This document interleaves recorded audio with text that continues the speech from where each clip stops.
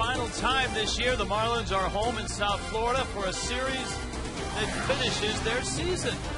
It's the Fish and the Pirates. This is the first of a 4-game series here tonight. 4 more games for Lomo and the rest of the crew. The Marlins need to sweep to get back to 500 and finish at 81-81. Hi, everybody. Rich Wells along with Tommy Hutton. It's Casual Thursday here tonight.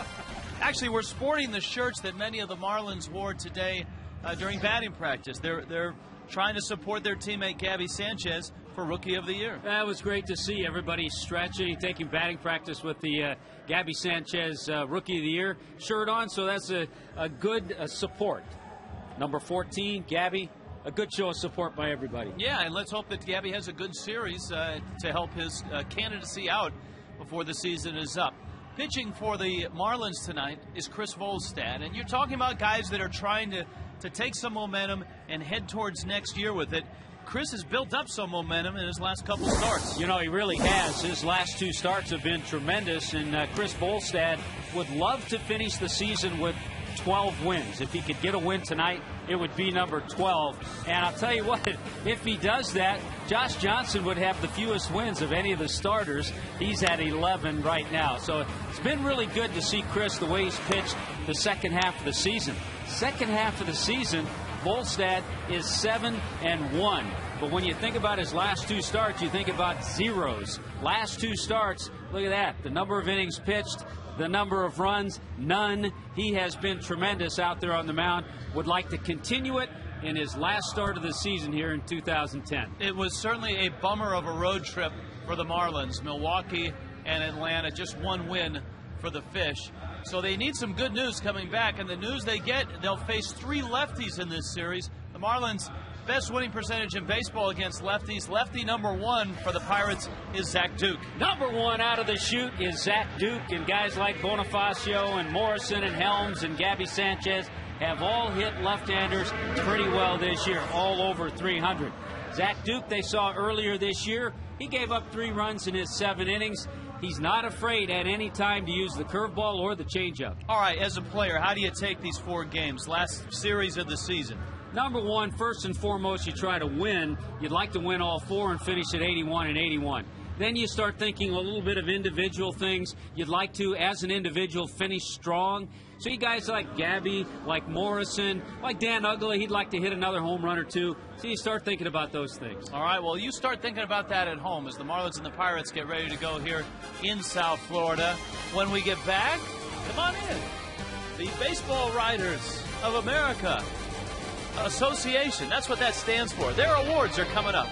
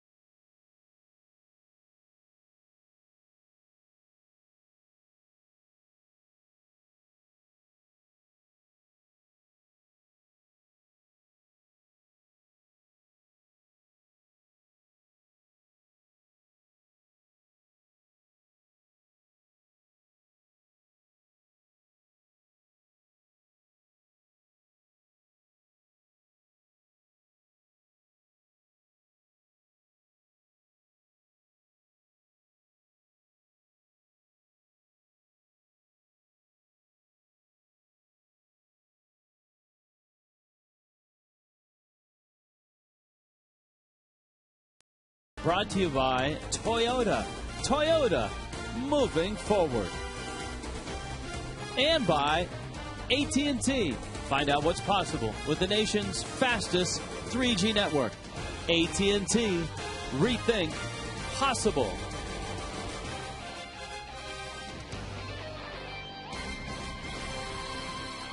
Sun Life Stadium, you can see the field still pretty chewed up from the last Dolphins game that was here. The Marlins are playing 4 against the Pirates, and of course the Dolphins have a Monday night matchup here. The Fish and the Pirates did not play until after the All-Star game. The Marlins went into Pittsburgh and took 3 of 4 from the Pirates, which is not a team or a stadium where they have played well before. So they'll try to continue that here tonight to finish off the season with a 4-game set. National anthem over. Cue the guys in blue. Gentlemen. All right, thanks very much, Rich. As Jeff and I, as we wind down toward the end of the season, it's a time you start thinking about awards. And the South Florida chapter of the Baseball Writers Association of America has already given out their Marlins awards, and we'll take a look at them. And, of course, the MVP, it's not much of an argument with Dan Uggla. Gabby Rookie of the Year. What, the Jeff Conine Award, what is that? Wow, how about that? That's the Iron Man and the player who best exemplifies the spirit of the game. And Clay Hensley's certainly deserving of that because he's changed roles a bunch of times this year, never said a word of complaint, just went out and done his job. And how about a word about Bill Beck for getting the Charlie Huff Good Guy Award? Wow. Bill Beck deserves a bigger award than that. I mean, that's a great award to have, but one of the most thankless jobs in all of professional sports is being the traveling secretary for a baseball team, because if you do your job, nobody says anything, you screw up one time, wow, you never hear the end of it. All right, let's take a look at our Toyota poll question, our interactive poll. Hey, the baseball writers have spoken. You can speak on the Marlins MVP. Is it Josh Johnson, Hanley Ramirez, Gabby Sanchez, or Dan Uggla? Text your answer to 789-789. So far, Dan Uggla is our runaway winner, at least according to the fans who have voted in this poll, Jeff. Well, I think everybody's listened to our advice. We said D, Dan Uggla, and I think we hold a little weight. It's a multiple choice question, and there's one right answer. The players, of course, showing their support with the Gabby Sanchez t-shirts. We'll show you more of those during the game. Gabby for Rookie of the Year. Hey, will it happen again? It happened for Chris Coughlin. Game's almost ready to go. Rich Waltz and Tommy Huck with all the action coming up next.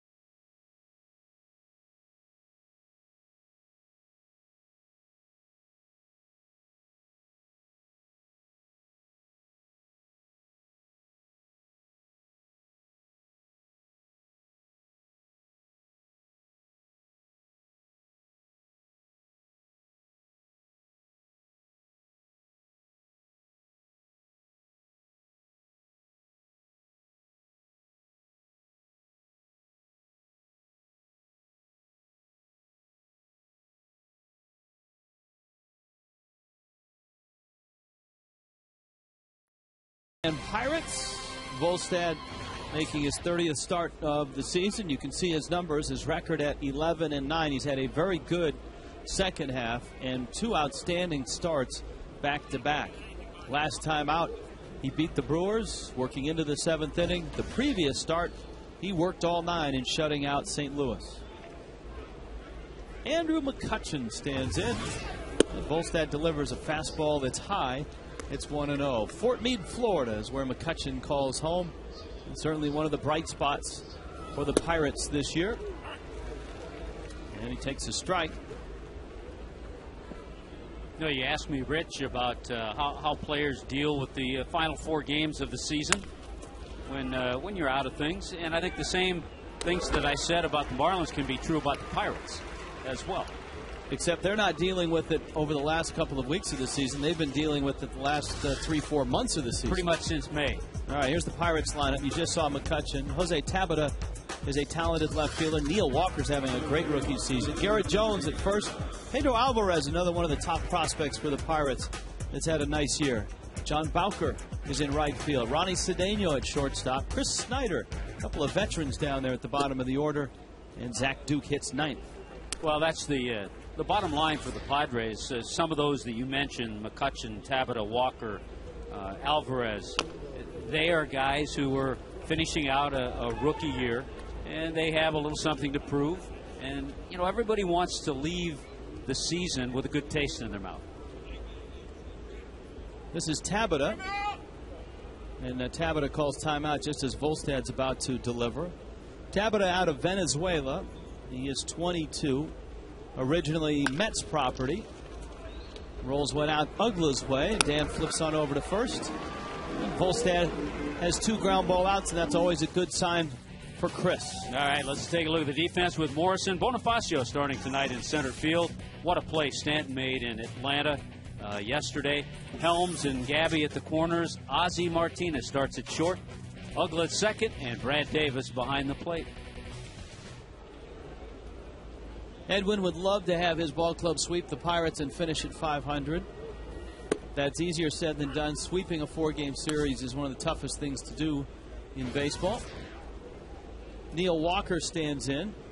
And of course, the Marlins have been without their 2 aces, Josh Johnson and Ricky Nolasco, for some time now. Volstad has been steady, but the rest of the rotation, save for some Anibal Sanchez starts and Alex Sanabia every now and then, it has been a struggle for the Fish. In the air, left field.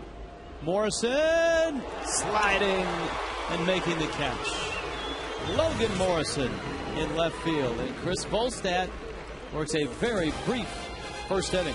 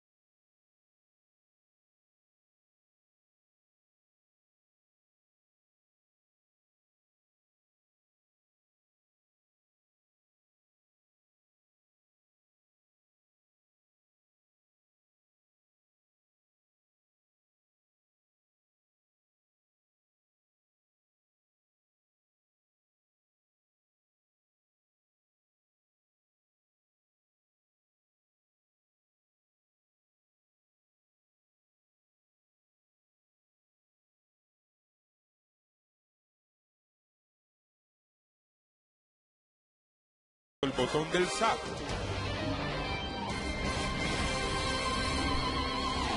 Marlins lineup tonight starts with Emilio Bonifacio. He's out in center, and Ozzie Martinez gets the start at short. Logan Morrison in left. Dan Ugla in the cleanup spot. Gabby Sanchez is in the 5-hole. Mike Stanton moves up to 6. Wes Helms, Brad Davis, and Chris Volstad. You see Mike Stanton had a very nice road trip. He's one of the few Marlins offensively that can say that. And Zach Duke delivers down low to Bonifacio. Look at Duke. Yeah, the Marlins tagged a 6-0 loss on Duke back on August 17th. They were able to get to him in 5 2/3 innings, gave up 9 hits and 5 runs. Bonifacio against lefties this year, 375. 248 against righties. Takes one right down the middle. That's Rob Drake calling balls and strikes. Joe West at first. Angel Hernandez at second. Vic Carapaza is at third base.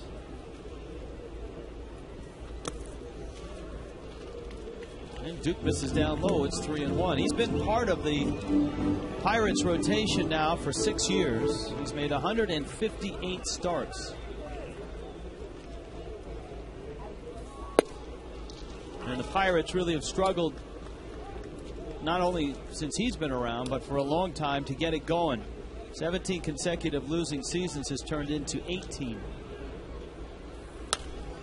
And the Pirates are guaranteed the worst record in baseball and will, as a reward, so to speak, get the first pick in next year's draft.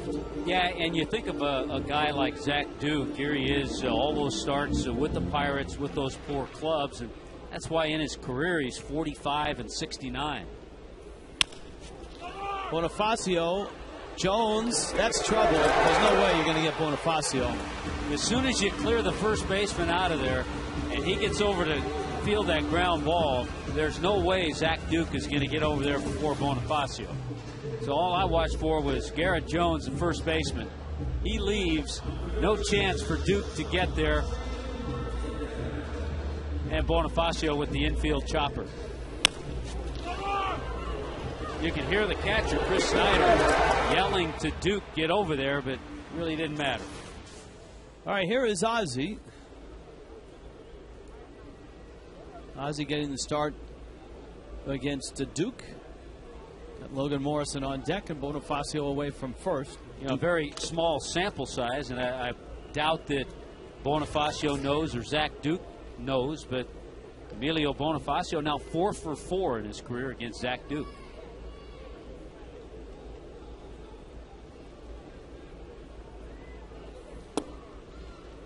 Martinez takes in Ozzie. On the road trip, had 5 hits, was 5 for 19. Drove in a couple.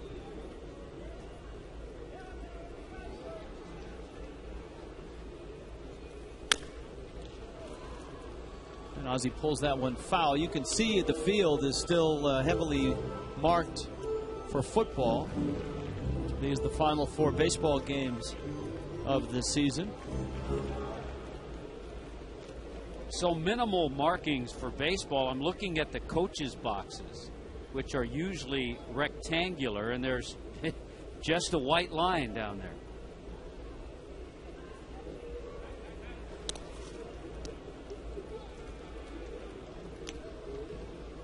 So, you know, you got to kind of, you know, make it out a little different there. We'll help it out, but Joe Espada and Tarek Brock and the Pirate coaches, they're just going to have to walk the line. So right now he's standing on the other side of the line. I mean, neither of the coaches are on either. I mean, well, usually they don't stand in the box as it is anyway. In theory, they're supposed to be on the other side of the line, right? More, yeah, not closer to the field. Yes, you're right, but they're not. No, neither of them are.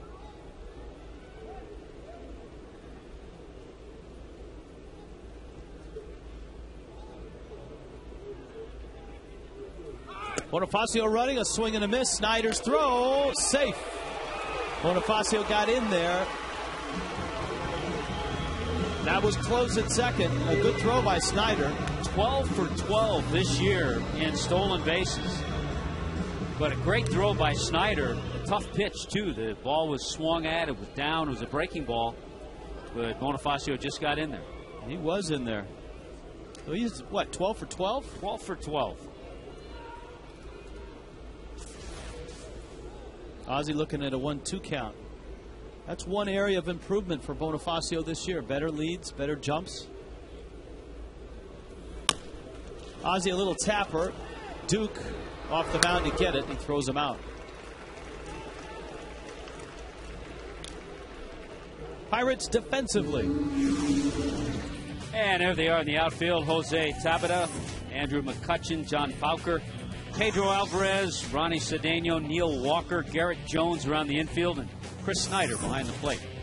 Good job by Ozzie Martinez. There's a perfect example of just making contact. He was able to get the job done and get Bonifacio to third base.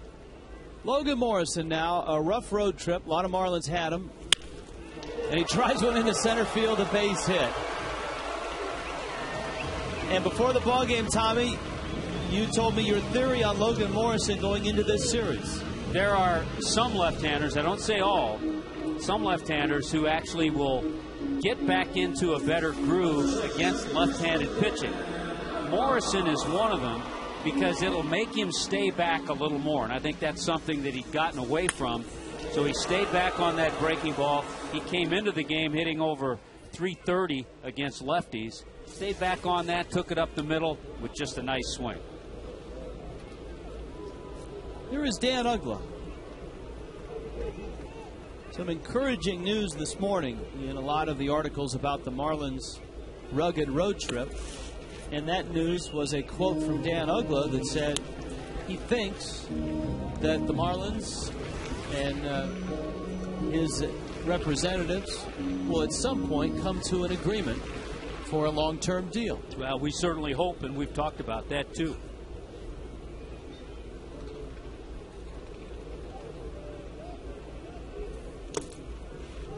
Pitch in the dirt.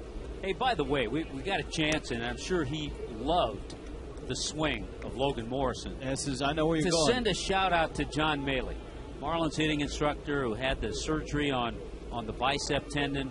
Things haven't gone well with the surgery. He's recovering, and we hope, Males, that you're doing okay and that you like that swing of Morrison's. I think as much pain as he's in right now, probably some of that was blunted this week in watching Mike Stanton on the road trip, a guy that he spent a lot of time with. Who, as you said, had a good road trip, one of the few Marlins that did. Yeah, I talked about starting pitching. Yeah, the Marlins are without their top two starters, but they just flat didn't hit on the road trip in Milwaukee and Atlanta. Marlins have scored, not counting this run here tonight, 5 runs in their last 4 games. You were touting Uggla's numbers against Duke, and they're good. 6 for 12. Hasn't homered against him. Hanley Ramirez has great numbers against Duke. And as luck would have it for the Marlins in this 2-week stretch that Hanley's been out, it seems that every starting pitcher the Marlins face will look at the matchups, and Hanley's numbers against that starter are eye-popping. Well, they were eye-popping against Derek Lowe. Certainly so against Duke. 6 for 16, 375 against Paul Maholm. Yeah, 7 for 15 against Duke. Uggla walks. So Dan is aboard, and here comes Gabby, and the Marlins greeted Gabby at batting practice today with a bit of a surprise, much like they did with Chris Coughlin last year. Gabby walked out to see everybody wearing the number 14. Are you Gabby? No. Are you Gabby? No. The best was Dan Uggla, who got the, there was an extra small in the box. And so Uggla figured he'd show off the guns. And you know what? If I had guns like that, I'd show them off too.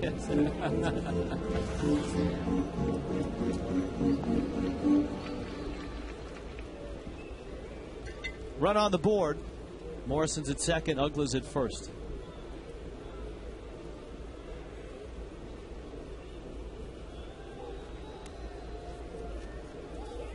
You know the other reason you get games the last 4 days of the season, 2 teams that are out of it. The other reason you play hard all the time, all kinds of people watching. There's scouts here from many different teams. There's a lot more scouts here tonight than there are, say, in the middle of the season. And that's why.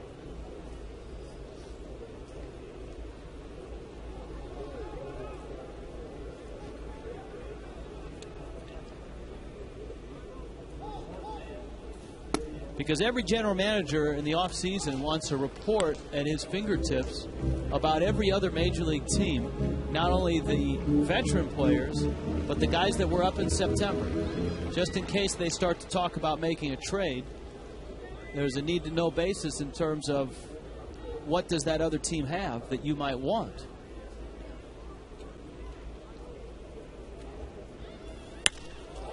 Gabby drives that ball out towards center. Very good center fielder out there in McCutcheon, and he runs it down.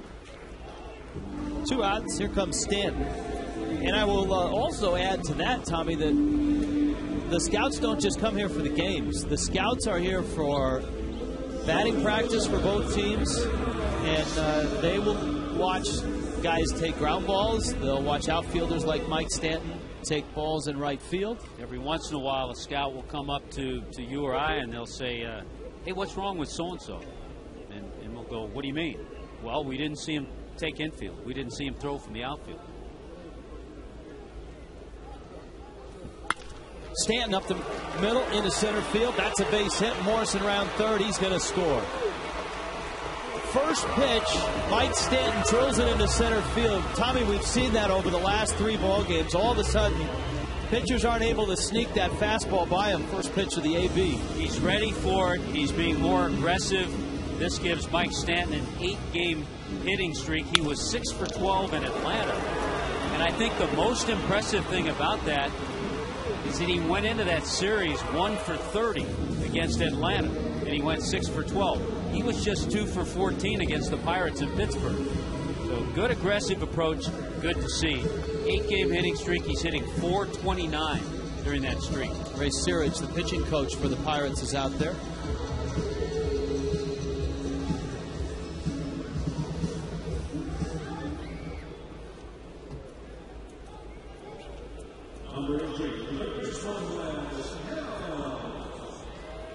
Here's Wes Helms now. He gets the start against the lefty.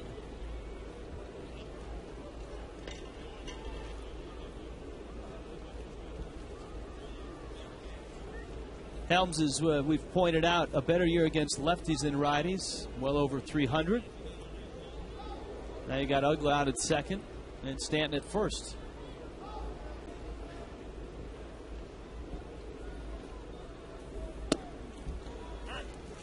Duke gets a strike. Let's see if Wes Helms has this scouting report on Zach Duke.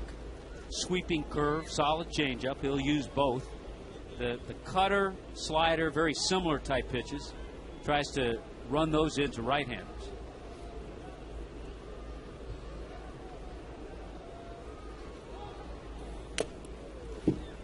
The Pirates enduring for 18 years what the Marlins haven't endured for,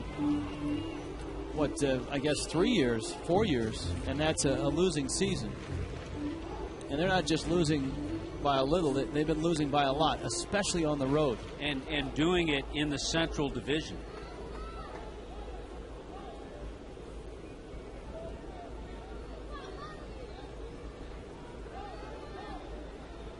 Ugla and Stanton out there, 0-2 to Helms. How does that affect a guy like Duke? His 6th year as a pro, this is all he's known as a major league player. He's a guy that has had some solid years. He was an all-star last year with an ERA of 4.06. I don't know this for a fact, but if you put Duke on a winning team, if he was their number 4, number 5 starter, he'd probably win you 12, 13 games and be a 500 pitcher.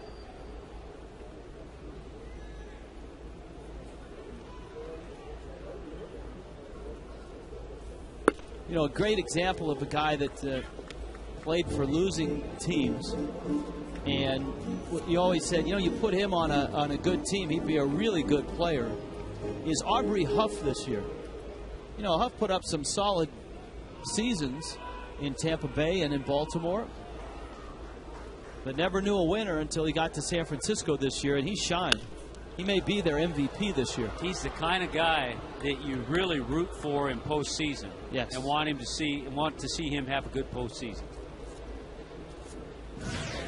Speaking of San Francisco, their magic number is down to 2 with a 4-1 win over Arizona. Pitching, pitching, pitching. That's what they've been getting. And timely hitting. Timely 3-run homer last night from Pat Burrell.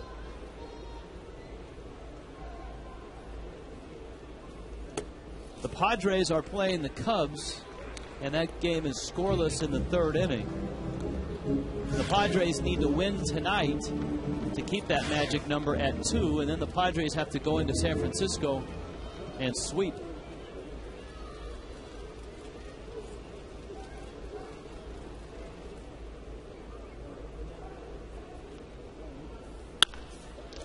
That is a fair ball. Into the corner it goes. Ugla scores. Stanton scores. Helms has got a 2-run double. And the Marlin bats are alive and well tonight here in South Florida. And it's been a while since we've seen this. Well, Uncle Wes supplying our checkers double of the game. Kept this ball fair. It's hard to do because that breaking ball, you have a tendency to roll over and pull it foul. He stayed back, gets it over the bag, 2 RBIs, our checkers double of the game. The Marlins have almost scored as many runs as they have the last 5 games. Duke is going to walk Brad Davis and bring up Chris Bolstaff. 4 across here in the first. And that base hit, by the way, Rich, snapped an 0 for 13 for Wes Helms.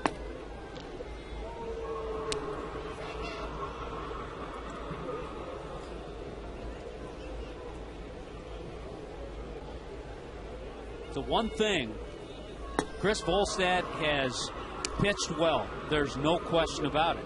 But he's also gotten tremendous support the second half of the season. Second half of the year, he's gone 7-1.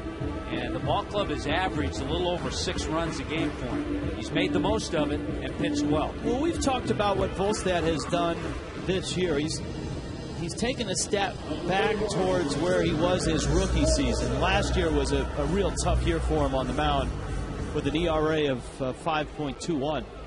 But remember in that rookie season, Tommy, his ERA was under 3, and he managed games so well. Once he got a lead, or if guys got on base, he was very good in those situations. He's always going to be a guy that gives up hits. He may even give up more hits than innings pitched. Not going to strike out a lot of guys, but if he keeps the walks down, keeps his sinker down, he's going to be successful.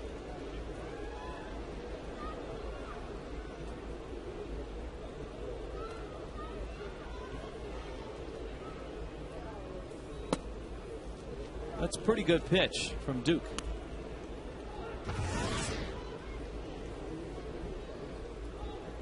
Unfortunately, tonight, we are without the technological marvel that is Fox Tracks. As well, we are without X-Mode. That one is bobbled. We'll explain when we get back. The Marlins have put 4 on While the board. we're gone, discuss. Amongst yourself.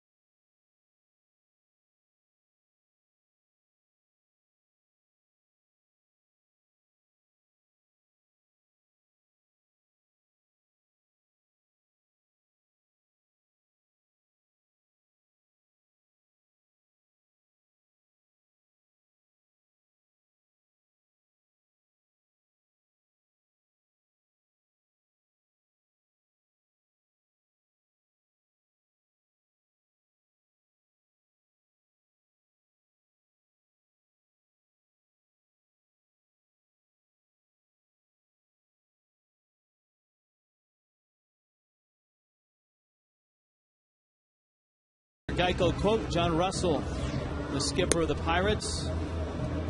An abysmal season as far as the record goes. Awful. You can't sugarcoat the record. 102 losses, 56 and 102. The most mind-boggling is the record on the road. 16 and 61 on the road. That means they're only one under at home. Yeah, they're 40 and 41 at PNC at home. And Niner had a great number on Marlins Live. 5 wins they've had since the All-Star break on the road. That's all, 5. Garrett Jones, Pedro Alvarez, and John Bowker.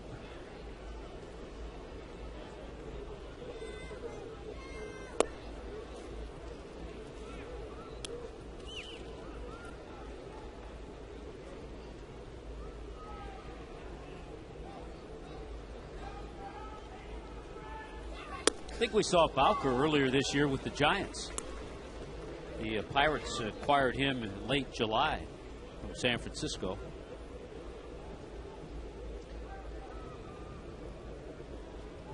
Yeah, the Pirates sent a lefty that not many people had heard of in that trade.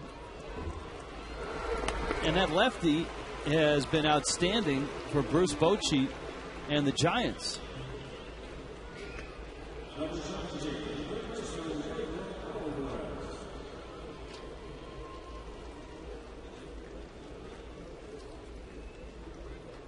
Javier Lopez, the lefty.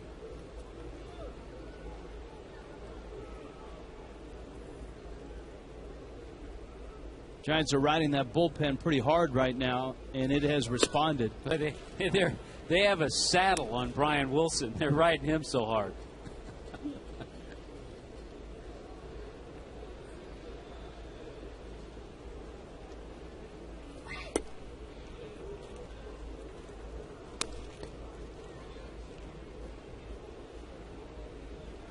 Two 2-0.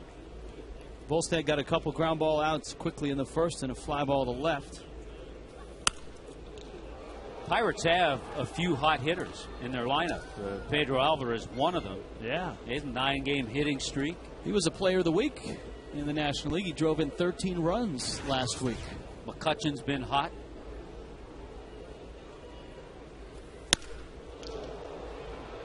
Liner to center. Bonifacio stops it on a hop. Alvarez a big turn. That's a lot of trouble if he doesn't cut that ball off because it's headed right toward that triangle. And if it gets by Bonifacio, Alvarez has a 3-base hit. But a good job by Bonnie to cut that ball off and hold him to a single.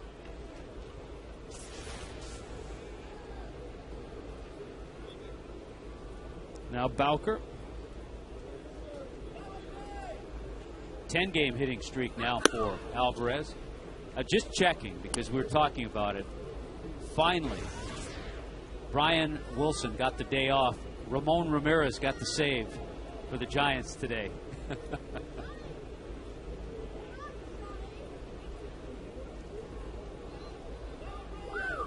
And that was for Luigi, who loves our West Coast talk. All right, well, that's enough of it.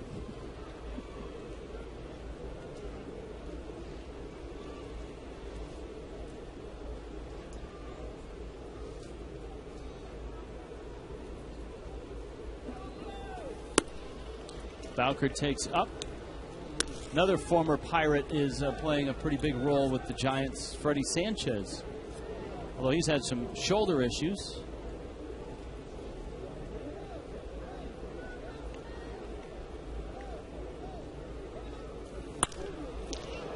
To center. That's well struck. And it drives Bonifacio all the way to the warning track. Back in the triangle. 2 down. Here comes Ronnie Cedeno, and here comes your Marlins Jiffy Lube Celebrity Golf Classic Alert. Wednesday, February 16th at the Parkland Golf and Country Club. Marlins players, coaches, and other celebrities will be there for a fun-filled day of golf benefiting the Marlins Community Foundation. 1-877-MARLINS, the number to call to secure your spot today. Mark that on the calendar. Punch it in your iPhone, your BlackBerry. There is Cedeno, who spent 9 years in the Cubs organization. Was the everyday shortstop for the Cubs back in 2006. Volstad gets a strike, and it's 1-1. Talking about the Marlins rotation for next year.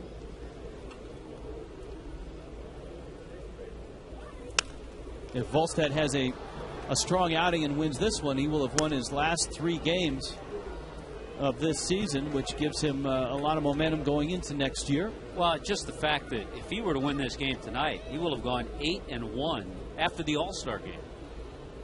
So a tremendous second half. Breaking ball struck him out. Volstad has a nice second inning. Marlins are up 4-0.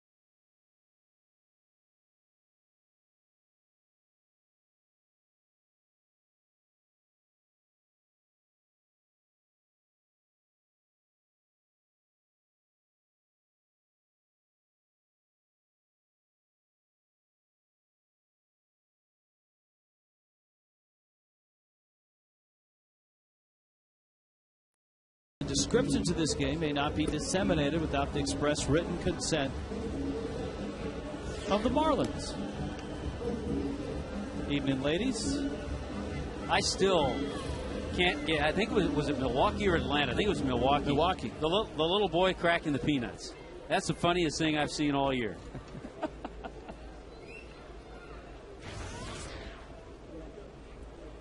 Even funnier than the guy bending over to pick up Uggla's home run. I don't know if that was so funny. Bonifacio hits one out to center field. McCutchen pulls in under it and makes the catch. Zach Duke looking to settle down. Marlins jumped on him for 4 runs in the first. Logan Morrison, Mike Stanton had RBI singles, and Wes Helms had a 2-run double. Here comes Ozzie. Well, the Marlins have certainly a little confidence against the Pirates because winning 3 out of 4 in Pittsburgh is something the Marlins hadn't done a whole lot of. It's been a tough place for them to play the last few years.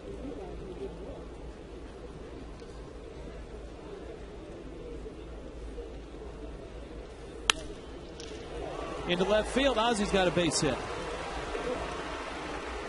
Kind of grows on you, doesn't it? He does, and I was just about to ask him before the pitch about Ozzie going into spring training, and where do you see him in 2011? You know, I think obviously he plays a position that Hanley Ramirez does, and you're not going to unseat Hanley. I think he goes in, he gets a look and gets a lot of playing time in spring training.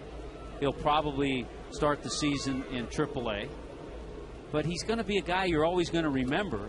And if anything happens and you need a middle infielder, he's going to be here.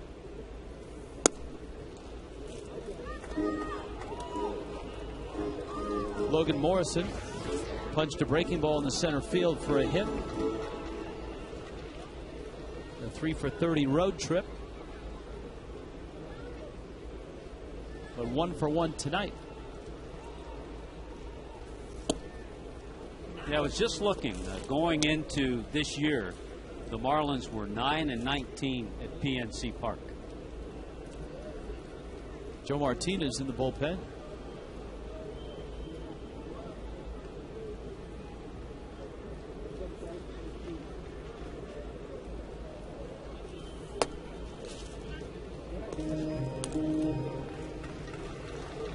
Two and one.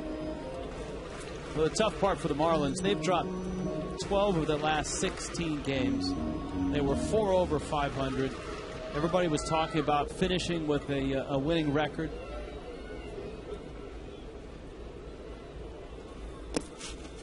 And that's when the bats really started to struggle. Obviously, losing Hanley. Edwin's kind of been in limbo with Hanley. The diagnosis was inflammation in the elbow originally, and it listed as day-to-day, but it doesn't look like Hanley will be back in this 4-game series. And you may have had a case of some rookies hitting the wall, so to speak, Tommy. You've got guys that are playing longer than they've ever played before. You got a guy like Gabby Sanchez, who hasn't missed many games. Coming into the game, Gabby with 559 at-bats. You throw in the walks, so over 600 plate appearances. Never had that in the minor league. So, again, that goes back to my theory. When you're looking at rookies, Rookie of the Year, the guy who's been there, for me anyway, the guy who's been there the whole year is going to get a little better nod than the guy who comes up in May or June. Now, we throw in Chris Coghlan in that discussion, but Cogs was so over the top the second half of the season, you couldn't overlook what he did. And there weren't the same amount of rookies that there are this year in competition. I think, and that's what Ken Rosenthal said the other night. In any other year, Gabby Sanchez is the Rookie of the Year. But with Garcia, the lefty in St. Louis, Buster Posey homered again today. Jason Hayward has had his big moments this year.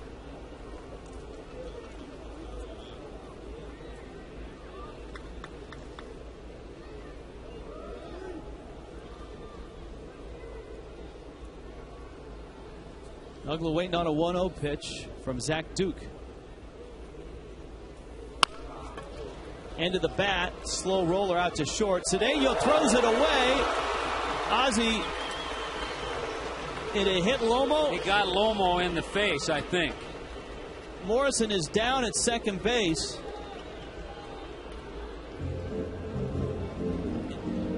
And we'll see if it was the knee of the second baseman, Neil Walker. I'm not sure if it was the knee or if it was the ball thrown by Cedeno.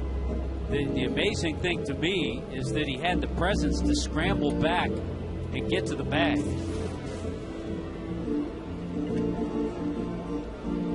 Now the ball got him. Got him somewhere in the upper neck or so hopefully not in the face. He appears to be okay. Mike Kozak out there quickly. Got the hands up, but couldn't protect that. Neil Walker couldn't make the play. Just a horrible throw by Cedeno. And look how he's on the ground, and he rolls over real quick to get back and touch the bag.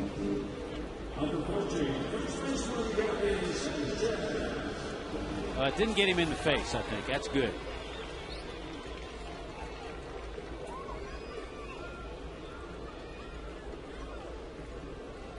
There he is, crawling back to the bag. Instincts. So Gabby's up, and it will be an error on the shortstop, Cedeno. And Gabby's in a good spot now. Bags loaded, 1 out. If he wants to add to his Rookie of the Year candidacy.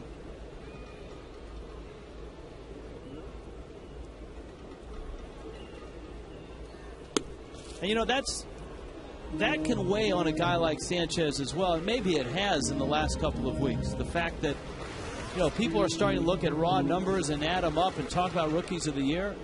And I'll tell you another thing that might be weighing on him. He's at 19 home runs.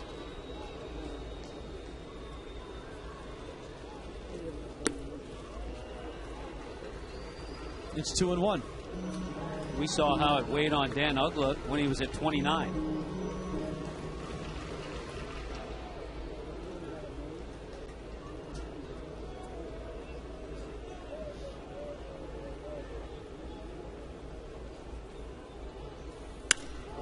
Gabby to right field. Bowker is there, makes the catch. Morrison tags, he's at third. Ozzie scores. And Gabby picks up RBI number 84. See, that's where I have a little bit of a disagreement with Ken Rosenthal's argument the other night when he was comparing Hayward and Gabby. And he was talking about on-base percentage and slugging percentage. And yeah, Hayward has an advantage in the on-base percentage. He's at 394. But in slugging percentage, Gabby is right behind Hayward. 457 is Hayward. Gabby's at 451. And where Gabby leads is in RBIs and doubles. And a lot of people will tell you that RBIs don't matter, that RBIs are incidental. But there's a great example of how that's not true. Hey, I told you, don't have to sell me on that one.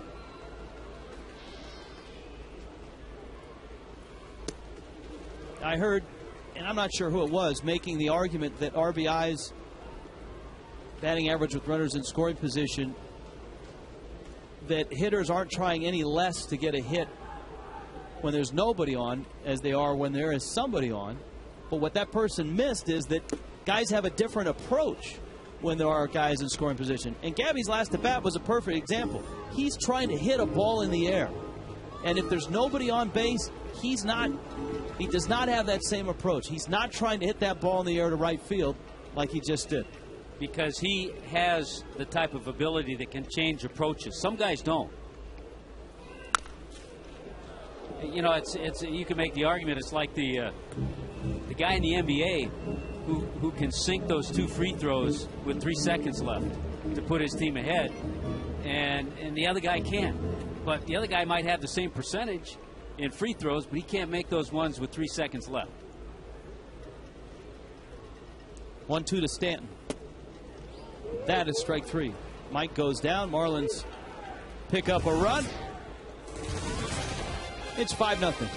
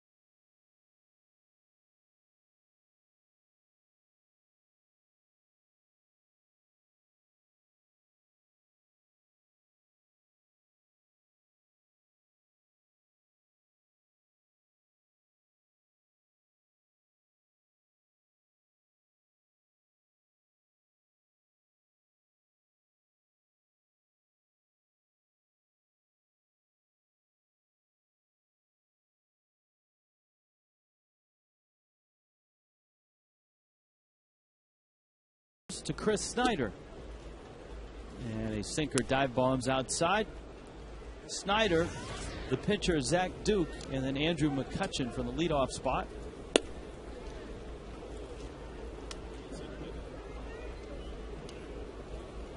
Volstad working very quickly. You see Snyder wants to make sure he can step in and get settled.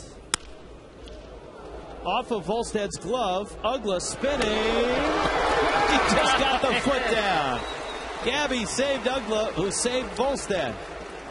Everybody picking each other up. Any other runner probably gets there before Gabby can find the bag, but Chris Snyder catcher doesn't run that well. First, it's deflected by Volstad. Now it's spinning. Ugla has to change directions. Hurries the throw a little high. Gabby has to come off the bag, but he has time. Came off the bag. There it is. Taps it right before Snyder. I'll tell you what, the ball had some tremendous spin when it got out to Ugla.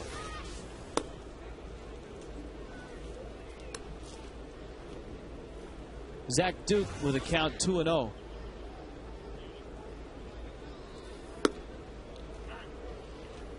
Remember the pace that Chris had in that afternoon game against the Cardinals, an hour and 52-minute game, is shutout against St. Louis. So when he gets in a groove, and he's been in one lately, he works quickly. That's kind of been a theme for a lot of Marlins starters this year. Is get the ball and throw it. Infielders love that. Ozzie throws him out. There's 2 outs here in the third. You're always on your toes. Outfielders too, but I think especially when you have a sinker ball guy, infielders are always ready.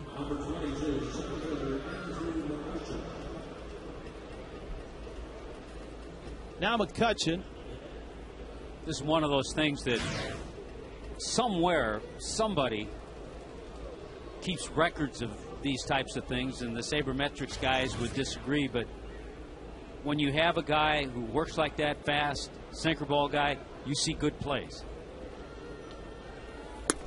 I'll bet you there's a saber mathematician that's probably got a statistic on that. Probably back there saying, no, that's not the case. It's a myth. Your eyes are lying to you. Wes Helms throws out McCutchen.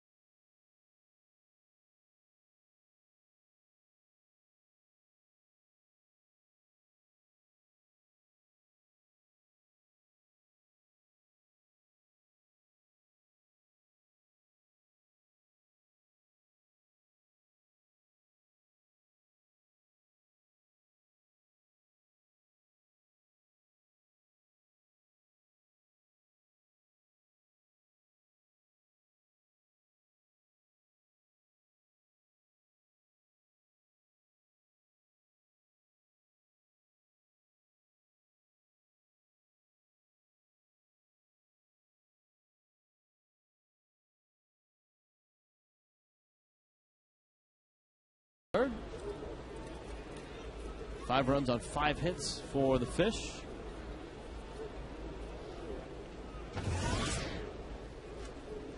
Wes Helms, Brad Davis, Chris Volstad, Zach Duke pumps in a strike. It was Helms that ripped one down the left field line. 2-run double. That back in the first, Marlins struck for 4.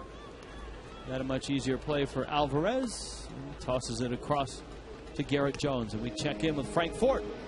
Hey, good evening, Rich and Tommy. You know, we've talked about Dan Ugla getting that coveted 100th RBI the other night in Atlanta. But every spring training, Dan tells me his goal not only is to drive in 100, but to score 100. He's done it once in his career in 2007, come close a couple other times. And with that run scored in the first inning tonight, look at that. He's got 97 scored and 100 driven in. Now, it used to be easier for him to score runs. You remember early in his career, he hit in the second hole. A little tougher to do it, hitting in the 4 or 5 spot, which Dan has this year. But he is just 3 away from that goal. Very difficult to do when you're hitting down in the lineup to score 100 and drive in 100. Dan's awful close, guys. Uggla 10th in the National League, Frank, in runs scored, right behind Brandon Phillips of the playoff-bound Reds. Albert Pujols leads the league 113. Carlos Gonzalez 111. Yeah, and obviously it depends on who's hitting behind you. And with Dan hitting in the 4th spot, for what Cody Ross was, nobody that really has been piling up big numbers. And that's going to help you score some runs, too. Davis fouls it back. The count's 1-2.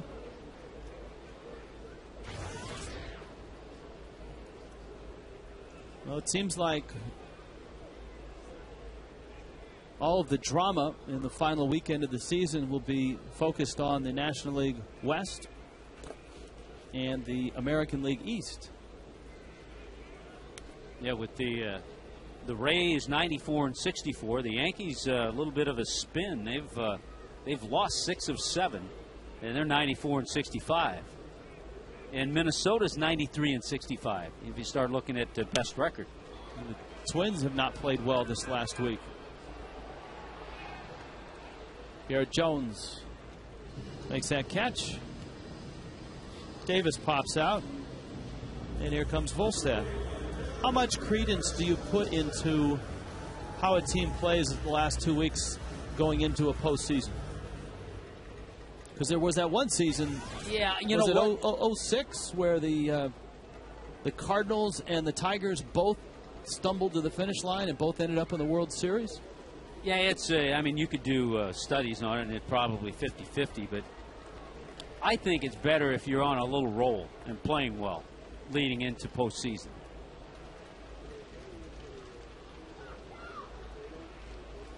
But if you're a hitter and and you're a veteran hitter and you have the ups and downs and you've been in a 4 or 5 game streak where you haven't been hitting, the light is at the end of the tunnel, and that might be good postseason. Bowker makes the catch. Duke gets his first 1-2-3 inning. Marlins up 5-0.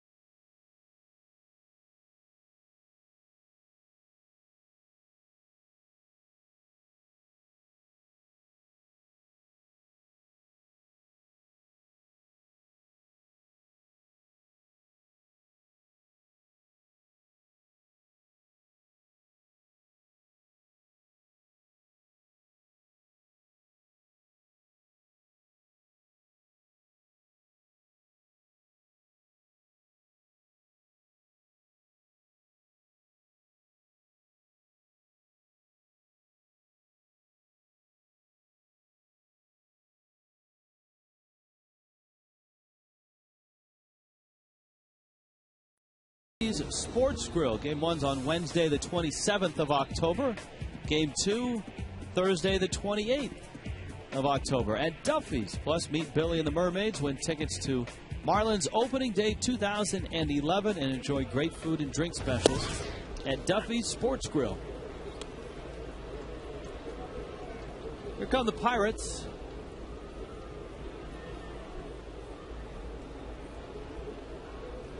Jose Tabata takes that inside. Tabata, an original Yankee. I think I misspoke earlier and said he was an original Met. Don't want to cross those two up. And was traded on over. Helms safe at first. Tabata can run a bit. Well, he can, and that's why he has the second most hits in the National League since the All-Star break. You certainly haven't heard about Jose Tabata that much because he plays for the Pirates, but the only other hitter in the National League with more hits since the All-Star break,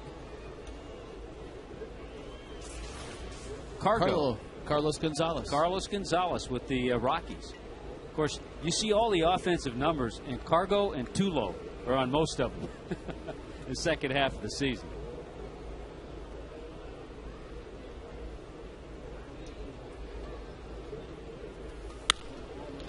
Does Tulowitzki get any MVP consideration? I think because so. He missed a part of the season with an injury, so his numbers aren't Votto-like or Pujols-like, but I don't think anybody performed any better than Tulowitzki when it mattered in September. No, and while he was out, they were a team not in contention.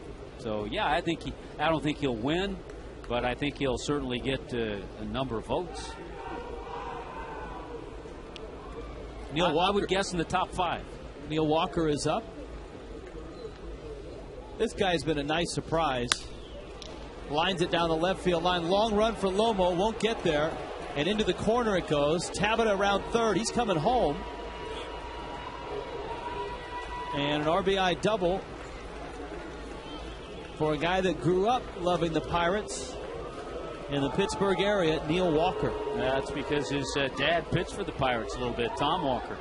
That breaks the streak. Chris Bolstad had 18 2/3 consecutive scoreless innings, and the Pirates put together a couple of base hits and a run here in the 4th. His dad pitched parts of 6 seasons in the major leagues. Garrett Jones up now.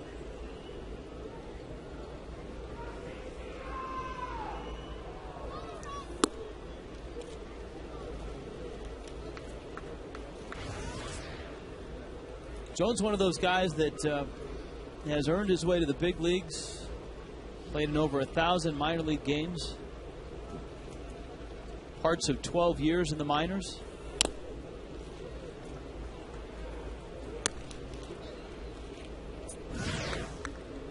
...21 homers last year and 44 driven in, and he's equaled the 21 homers. 86 RBIs. Did not have a good August. He's really not had a good second half as far as batting average. So let's play general manager. If you looked and assessed the Pittsburgh Pirates, where they would need help if they look to next year to certainly improve. I mean, the first place has got to be their starting rotation. They have some good young position players. We've talked about Alvarez and Tabata. Bonifacio over to get it. Makes the catch. Tagging is Walker. I mean, Walker has blossomed this year. He looks like a keeper. Yeah, I think third base, they're certainly fine with Pedro Alvarez, Neil Walker, Jose Tabata, McCutchen in the outfield. They could play around with right field, see what they could do there. I don't know about Garrett Jones. He might be okay for a year or so, but they give you, as he's done this year, 21 home runs. I think if you look at the Pirates, not only the last 3 or 4 years, but if you want to go back to the 18 consecutive losing seasons, the biggest issue for the Pirates, I think, has been developing young starting pitching. It seemed like for a 7 or 8 year stretch, every first-round pitcher that the Pirates took 2 years into his minor league career had to have major surgery.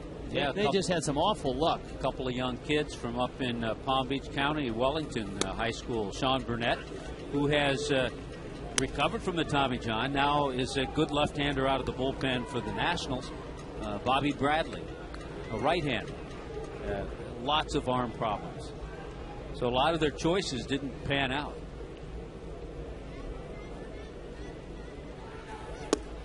They need John Candelaria. Yeah, they could use that. I mean, they could use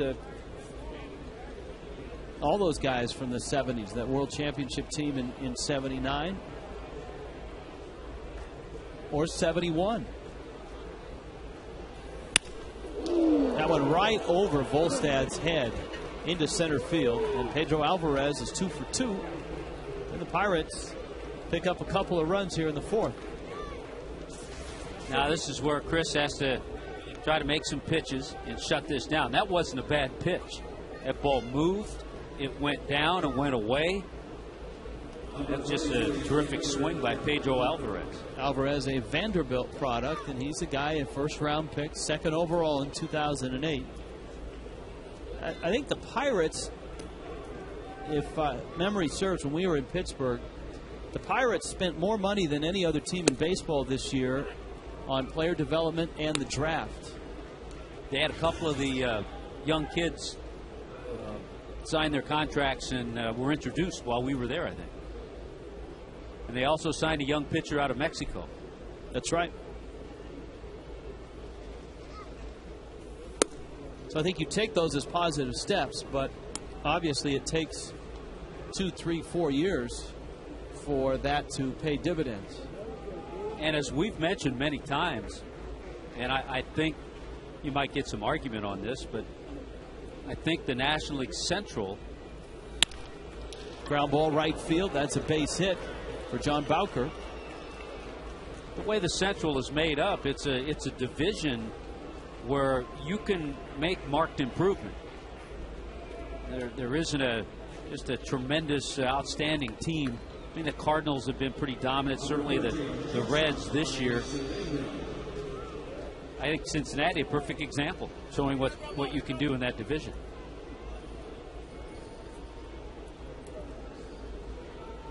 Here is Ronnie Cedeno. And you and I have maintained this in the 6 years that you and I have been doing games and going into Pittsburgh. With that ballpark and that town, if the Pirates can get it going,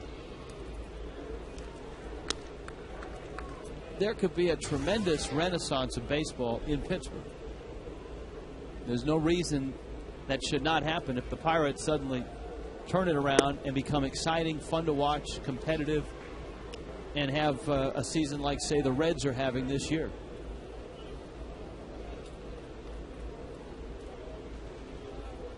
Because they certainly have one of the best ballparks in all of baseball. I think just about everybody in the game is in agreement on that. Oh, without question. And I remember we did a little survey of our own. And just about everybody I asked, people from Pittsburgh, walking around, people at the ballpark, that if the Pirates got back to winning ways, would they draw well? And they said absolutely yes. Cedeno, it's a high chopper. Ugla waits for it to come down. He'll throw to first. Got it out there. They have the guy at second. Ozzie running the runner back. He's going to tag him out. That's a heads-up play by Ugla to get the double play. Nicely done. 4, 3, 6 on the double play.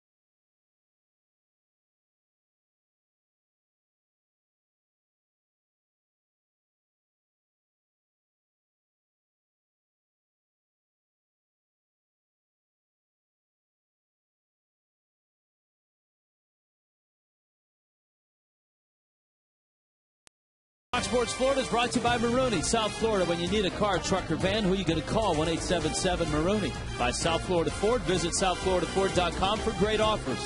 And by Checkers, little place, big taste.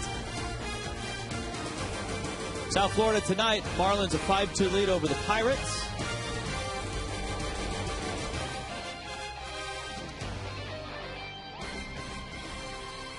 And it's back up to the top of the order for the Marlins. Emilio Bonifacio leading off an inning for the third time already. Zach Duke, who looked like he was close to coming out of this ball game, continues on in the fourth. Duke has thrown 67 pitches in just 3 innings plus these 2 pitches to Bonifacio. Emilio a single, stolen base, and a run in the first. Flied out in the second. We got Ozzie Martinez and Logan Morrison coming up.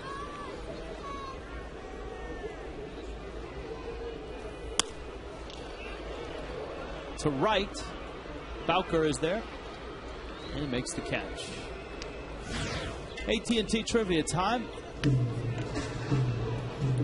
Let's do some phone flipping.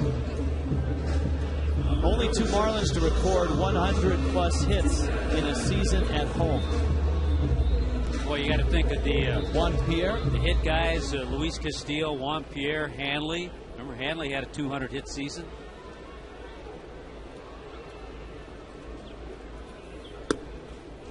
Ozzie shortens the bunt, takes down low. I'll tell you one thing Duke has done. He threw 37 pitches in the first inning, 19 in the second inning, and 10 last inning.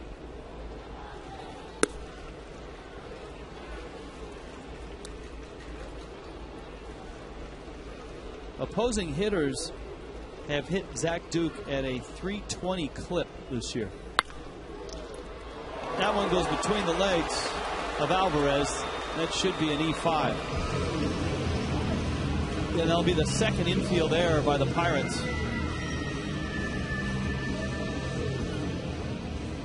Well, another area certainly needed for improvement, as is the case with the Marlins. The Pirates came into this game and committed 121 errors, so the Marlins.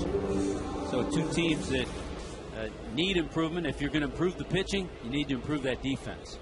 So I played Neil Huntington there for a while. What would you do if you were the general manager of the Pirates? No, I agree. I think you had to check in on the catching situation. But the pitching, certainly.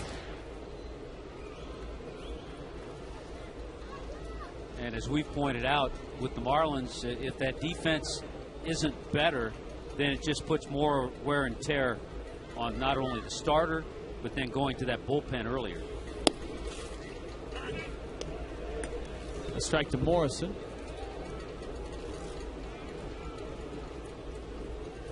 If Logan Morrison stays in left field, do you see him making the same improvement that Chris Coghlan made from his first year left to his second year? Mm-hmm.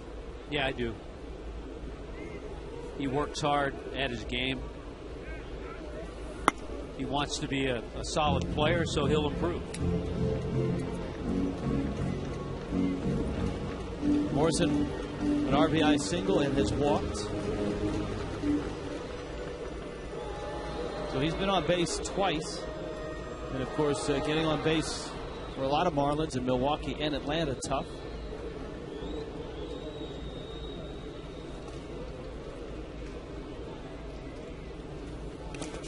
Atlanta has the night off as they await the arrival of the Phillies for a 3-game weekend series. We told you earlier that the Giants beat Arizona 4-1.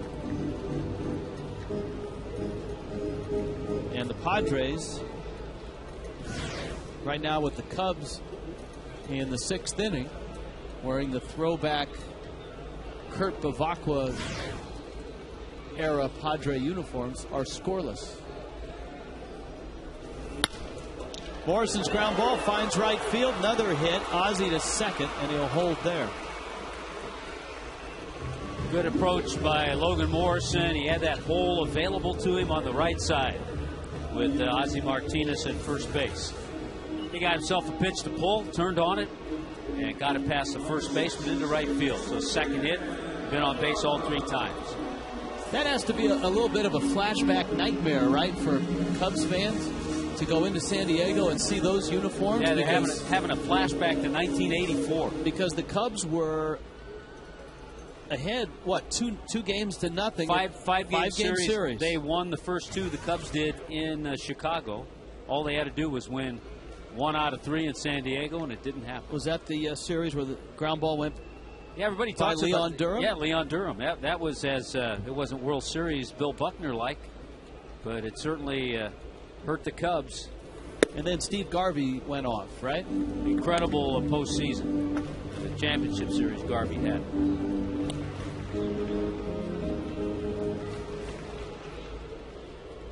He was everybody's favorite Padre in '84.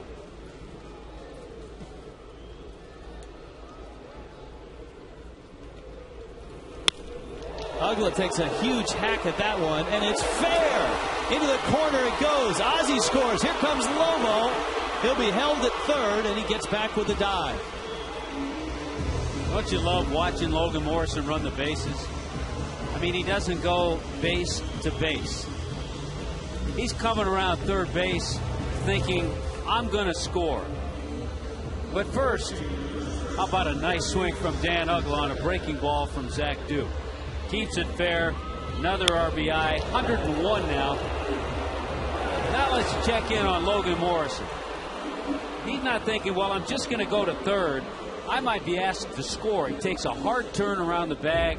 Finally sees the stop sign put up by Joe Espada and has to scamper back to the bag.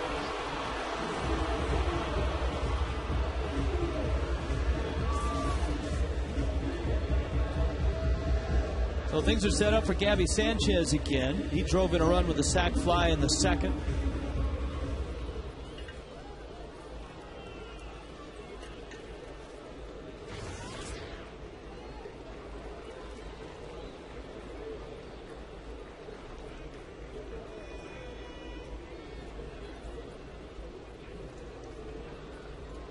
Pirates infield has crept in. Gabby, a little tapper over the middle. Ugla started towards third and would have been caught off had the shortstop Cedeno either hurt a teammate or turned around. Morrison had to hold at third. Watch this. Watch Ugla.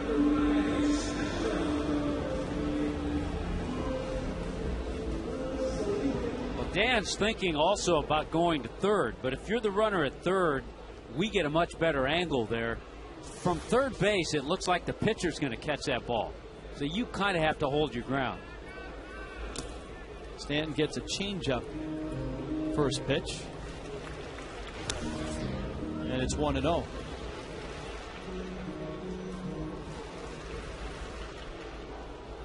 Steven Jackson is up. It was Joe Martinez who was up earlier in the Pirates bullpen.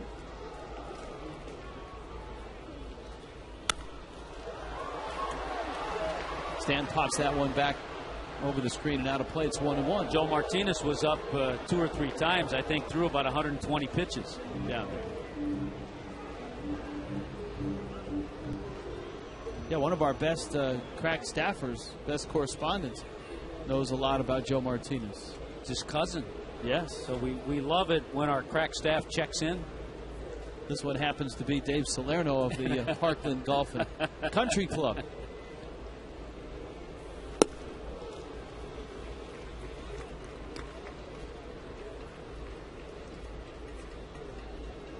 Two and 1 to Stanton. Ugla at second, Morrison at third. Marlins trying to add to a 6-2 lead.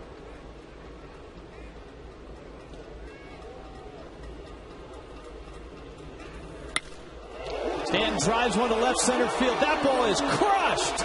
Oh my goodness. Way out of here. 3-run shot. 22nd of the season. That just kept going and going. It almost looked like he hit it off the end of the bat. Like I said, Mike Stanton can hit 30 home runs by mistake. This was no mistake because he goes, you used to hear the term, into big man territory. You got to have some power to hit him out in that direction. And Mike Stanton has that power.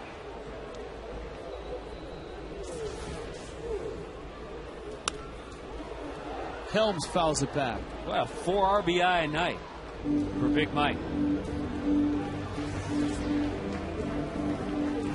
9-2 Marlins.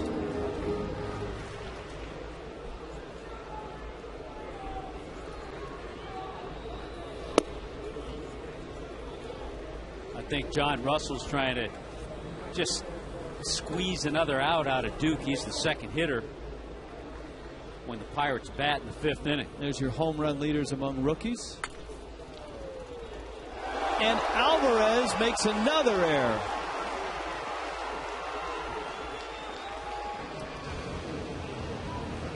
I'm not excusing a rookie third baseman in a play that should have been made, but that ball looked like it had some strange stuff going on it on an infield that was just rebuilt a few days ago. You and I were talking before the game. Yeah, that ball had some funny hops. You and I were talking before the game. He goes over toward the line and comes back the other way. Saw one earlier this year familiar to that, only but it went over the bag. But you and I were talking before the game about the effects the football game, couple games, would have on the quick turnaround to get the baseball field ready. And I agree. I think there's some funny hops out there tonight. Well, the real challenge for the grounds crew is they put sod over the infield dirt and then had to remove it and rebuild the infield. That one has popped off the bat of Davis, and he squeezes it. Inning over. Mike Stanton is gone. Way out of here.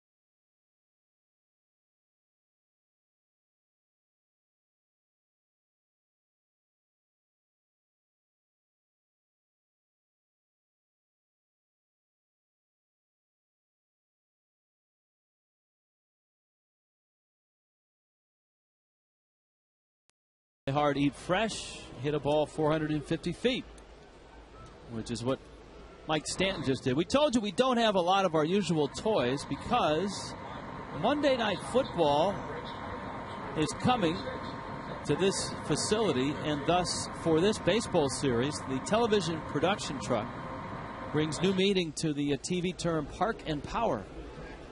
Usually that's when a truck pulls up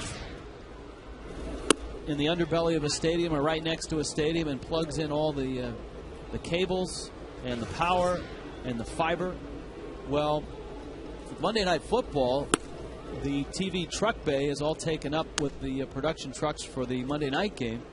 So for this baseball series, the production truck for both the Marlins and the Pirates way out in the parking lot, running by generator. And so we do not have access to Fox Tracks. We do not have Exmo.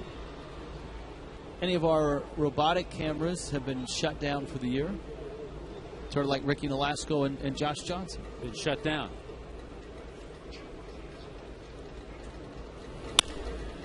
Ground ball back to Volstad. And he fires to first. Chris Snyder is the first out of the fifth inning. AT&T trivia answer. I think Juan Pierre is one of these guys. That's a good guess. Juan Pierre and Hanley. Let's go with those two. Flip the phone. Hey, how about that? And they both did it twice. This was a great field for JP because this is one of the fastest natural surfaces in all of baseball. The ball really scoots through the infield. So if you put it in play on the ground here, you're going to get a lot of balls that get through. Pinch hitter up there. And punching that into center field is a Pedro Siriaco. Siriaco with a base hit to center. We check in with Frank Forts. Thanks very much, Rich. As Andrew McCutchen comes to the plate, if you were with us in Marlins Live pregame, you heard Andrew speak about coming back to his home state. He's from Fort Meade in Polk County. Now, as a high school senior, but just before the Pirates made him a first-round pick, as a senior, he hit .709 with 16 home runs on a sub-500 team. And guys, in going back and researching Andrew McCutchen, as he takes the first pitch for a ball, he was part of the USA Today All-American High School Baseball team in 2005. Now, not the only familiar name on that team. Among the others, Chris Volstad, Cameron Maben, Jay Bruce, Justin Upton. Not a bad group from the senior class of 2005 in high school baseball, guys. Yeah, I'm sure Chris Volstad ran into McCutchen in some all-star games or games that are played around Florida. Volstad 23, McCutchen 23. So I think they're set in center field. I think you're right. For a while. And he is a terrific player. And just in the short time that we've had to spend around him, seems like a good guy as well. Yes, he seems that way. Seems like a good kid.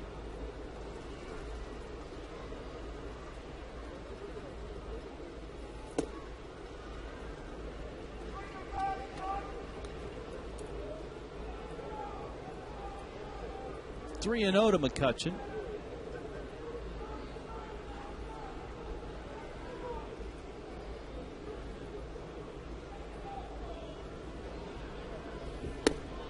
Outside corner, Siriaco's at first.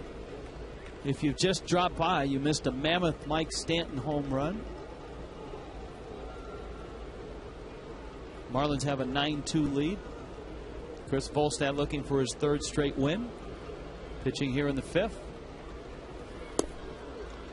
That sinker just caught enough of the corner, and it's 3-2. And it is back to Joe Martinez warming up in the bullpen for the Pirates. So he'll come into the game and work the bottom half of the fifth. He came over with John Bacher in that deal with the Giants. For Javier Lopez. Saw him pitch last night in that big win over Arizona. Man, watching that game from San Francisco, full house. Yeah, the other thing about those games, you watch the Padres and the Giants, how important the bullpens come into play. And the Padres win last night. Runner goes. McCutchen hits it hard. Ozzie with a terrific stop on a short hop. And he throws to first. Well, that's not an easy pick for a rookie shortstop. He made that play nicely. Yeah, he did. He's smooth out there. Smooth and makes good throws. Got the short hop. If not for the runner on the move, that's a double play, but the Marlins were able to get the out. Yeah, that Padre game, the 3-0 win last night. Chris Young, who's back pitching, went 5 innings. The bullpen went the next 4 shutout innings. Heath Bell with the save. And the Giants have been kind of going along that same trend. Yeah, they got a nice start from Tim Lincecum last night. Here's Tabata. Yeah, Lincecum had 11 strikeouts in 7 innings working on a short rest. Tabata fouls it off. Counts 1-1. Madison Bumgarner got the win today. A 4-1 win over the Diamondbacks. A sweep for the Giants. 21-year-old. Madison Bumgarner.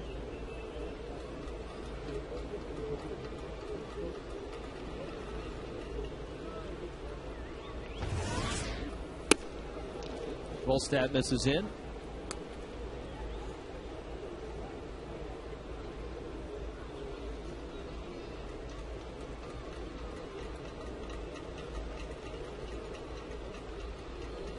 The Giants bullpen, 4 scoreless innings today. Santiago Casilla, Sergio Romo, as you pointed out, Ramon Ramirez.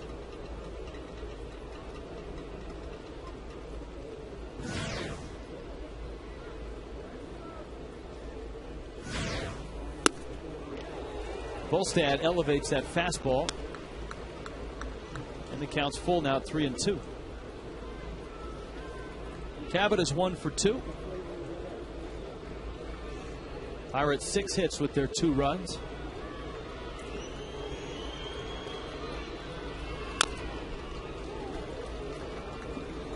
Volstad right now living at 75 pitches.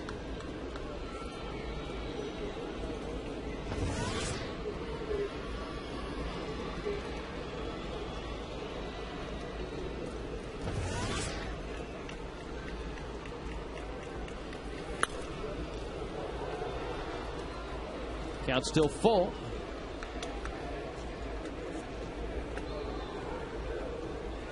And that game in San Diego is still scoreless. A former Pirate is on the mound. Tom Gorzolani pitching for the Cubs. Used to be in that lineup of lefties you would always see. See Duke, Mahalam, Gorzolani. Yeah.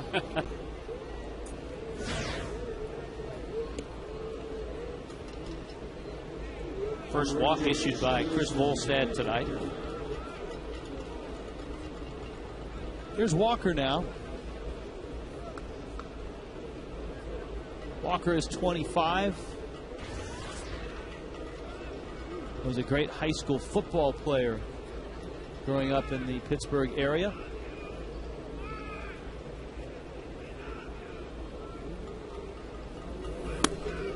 Was drafted all the way back in 2004 and was the 11th overall pick.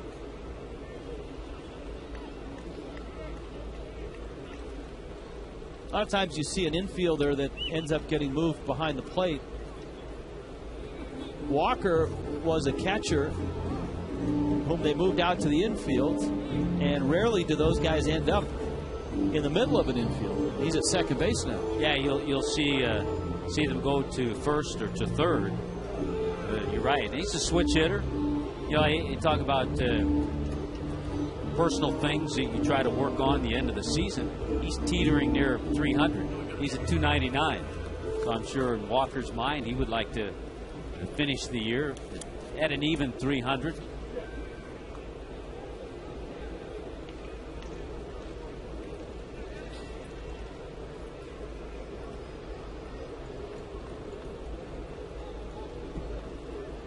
Well, if Tabata and Walker can both finish over 300, that would be a small piece of Pirate history. They would be the first set of rookies to do it since Jimmy Williams and Ginger Beaumont. And that was back in that special year of 1899. You remember Ginger Beaumont? I do, yeah. Remember Jimmy Williams? He managed Toronto.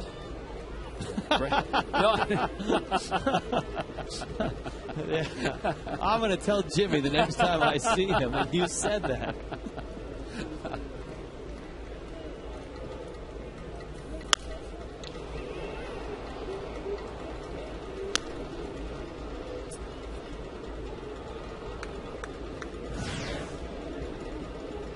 So a 24-pitch inning, and he's up over 80 now for the game.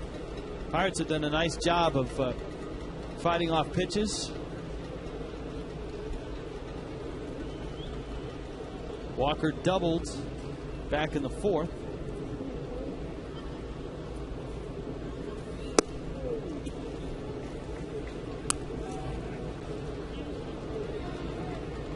I think a good word, you used it the other day, I believe, Rich. I don't know if you used it on the air, but you used it. Wait a minute. A good word, the last couple of innings have been tedious for Chris Volstad. 2-2. I think in conversations you use that word. I have no idea in what context I use that word. No, I don't either, but or I in think what you subject. Used it. It might have been a general description of the 3-game series in Atlanta.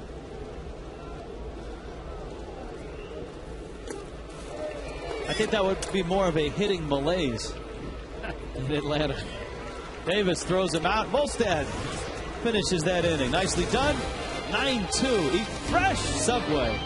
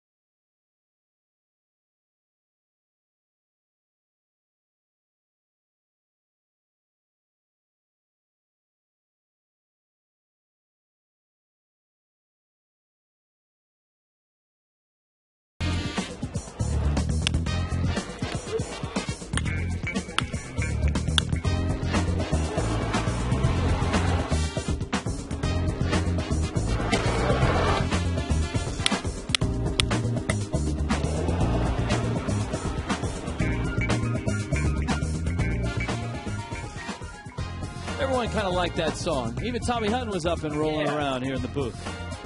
Nice touch. All right, we've been waiting.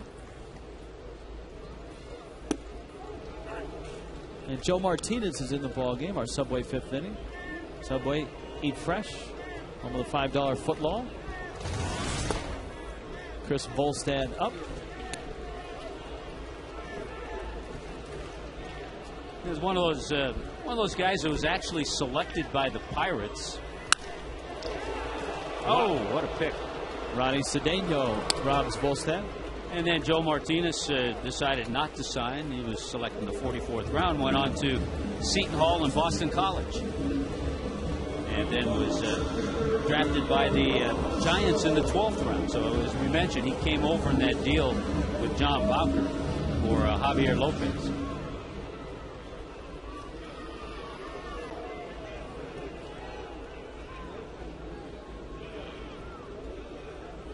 Here's Bonifacio. And I know that as Martinez was coming in the game, you were madly doing more research on your iPhone. Well, the other thing about a crack staff is that you get really inside information. The fact that Joe Martinez just got engaged Saturday.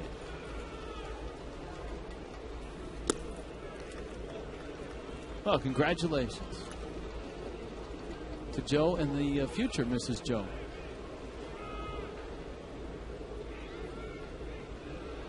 Bonifacio has a base hit. He's flied out a couple times. One of the strange things about, we've got the Padre game on up here just to check it out as they try to chase down the Giants and the Braves.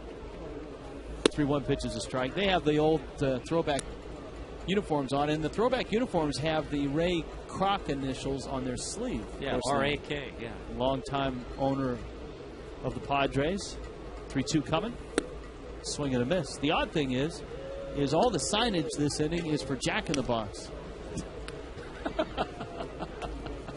At Petco, and of course, Ray Kroc, the McDonald's magnet, so to speak.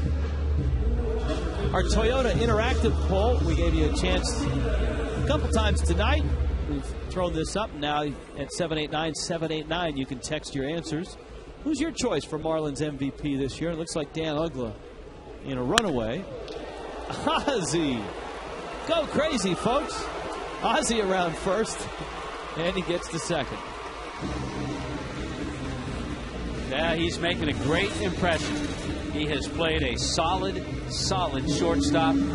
He's shown that he's not been overmatched at the plate. Puts the bat on the ball. Hasn't struck out many times. That's his second hit tonight.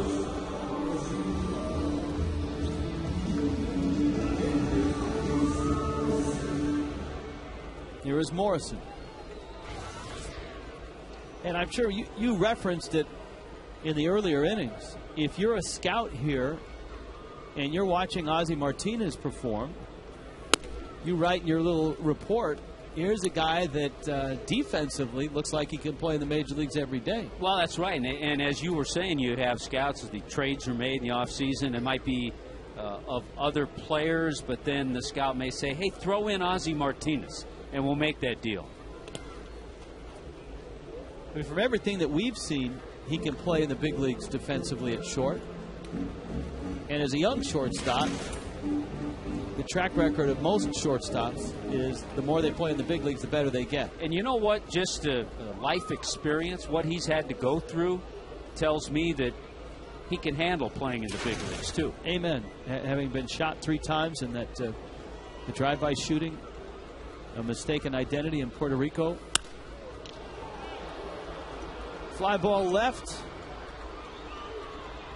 Tabata makes the catch. Ozzie's left out there at second.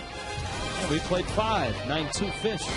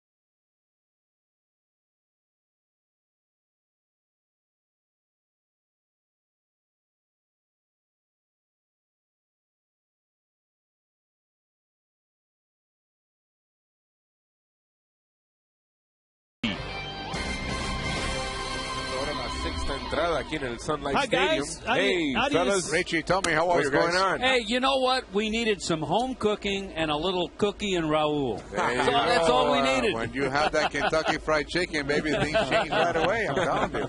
It's been a while. How's everything? Much better now than it was on the road for the Bats, that's for sure. I mean, you can say all you want about pitching. The Marlins Actually got some decent starts on the road. Anibal Sanchez, Alex Sanavia, but just couldn't score any runs. And tonight they've broken loose for 9. Well, no question. When you lose a guy like Ramirez, out of the lineup, your best hitter actually in the third spot. But I'll tell you what, though, the kid at shortstop right now, Jose Martinez, I think he's going to be a very good shortstop. He's got great hands, and I think this kid is we're going to see him a long, long time play in the big leagues. Gorgie, you know as well as anybody, as far as infielders, the thing that stands out to me is that he makes the routine play. He makes just perfect throws over to first, doesn't try to force throws, and he's just steady. What impressed me about him, Tommy, is like you said, the way he goes about the ground ball. He knows who's running. He don't really hurry up unless he has to.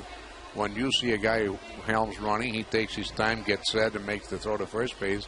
And those are the kinds of things that you want to see out of an infielder.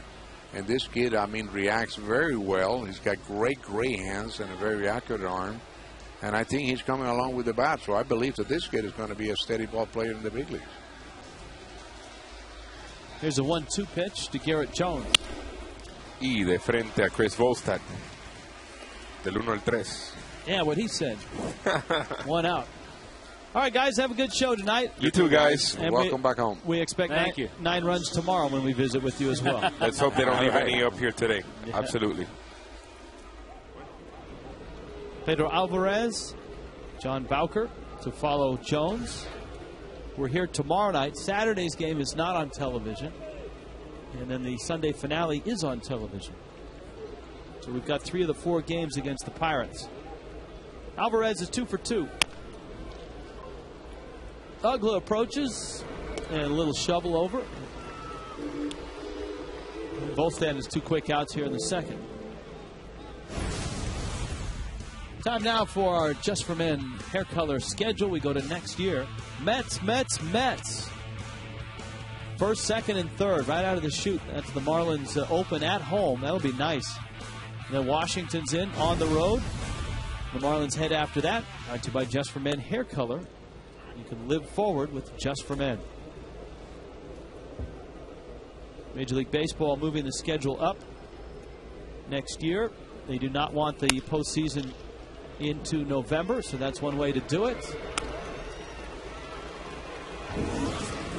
Chris Volstad, a very brief 6th.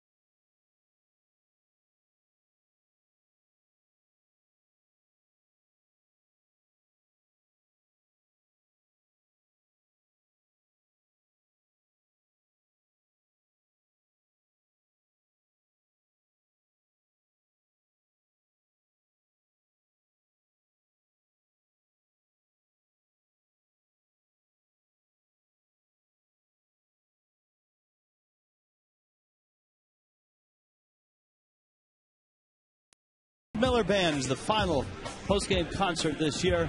Legendary Steve Miller Band. Fireworks Spectacular is all presented by American Fasteners, Marlins and Pirates at 7:10 Thundersticks, courtesy of Metro PCS.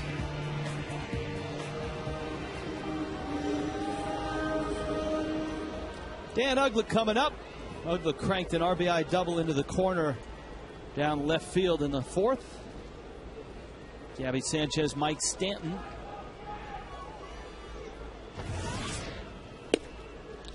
Martinez throws a breaking ball for a strike, and it's 0-1. So Uggla now 101 RBIs. Drove in number 100 on his 32nd homer in Atlanta off of Peter Moylan.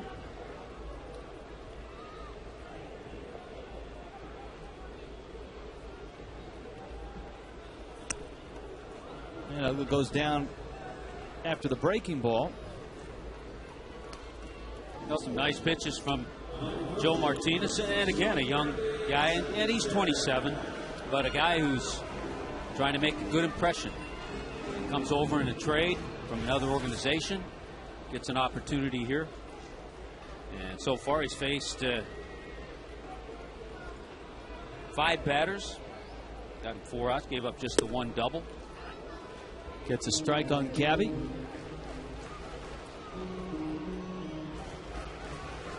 Gabby now at 84 runs driven in.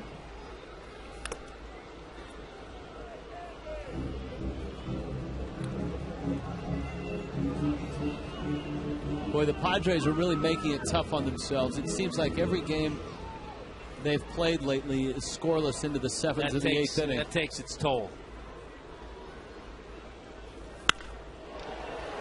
Gabby drives that one to the wall. He wasn't running too hard, and now he turns it on, and he gets himself a double. That's not the way Gabby normally plays the game. And he thought, I think, that Tabata was just going to pick that ball up. And once he got to first, he had to shift it into gear. Well, you know, when you're 0 for 14, sometimes you're a little surprised when you hit a ball hard. You're not sure what's going to happen. But he ends up with the double, and for Gabby, that's double number 37.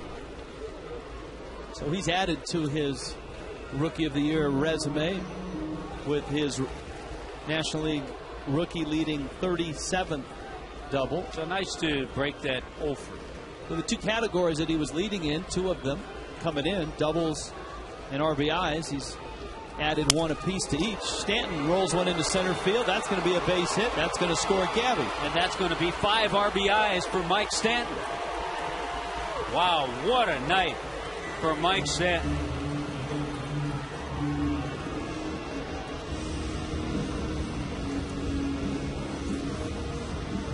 A couple of base hits have been up the middle. His first RBI single back in the 1st inning was right up the middle, just like this one. His hitting coach, John Maley, has to be watching this with a smile when he talks about staying up the middle, not trying to do too much, letting your hands do the work, and that's an adjustment that Stanton's been able to make. Helms pulls it foul.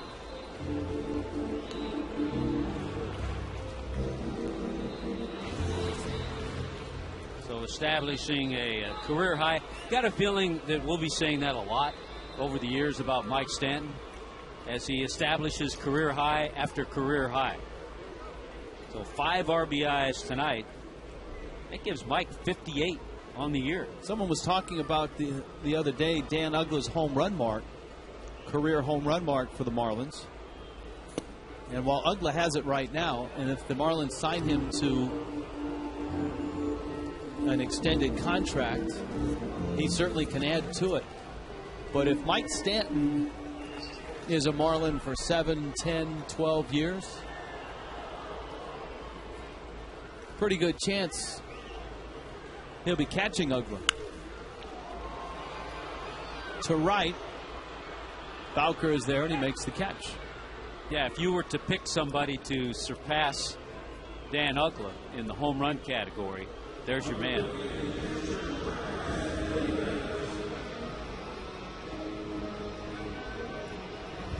That's, we forgot to mention when Stanton hit the home run back in the 4th inning. That was his 17th home run here the second half of the season.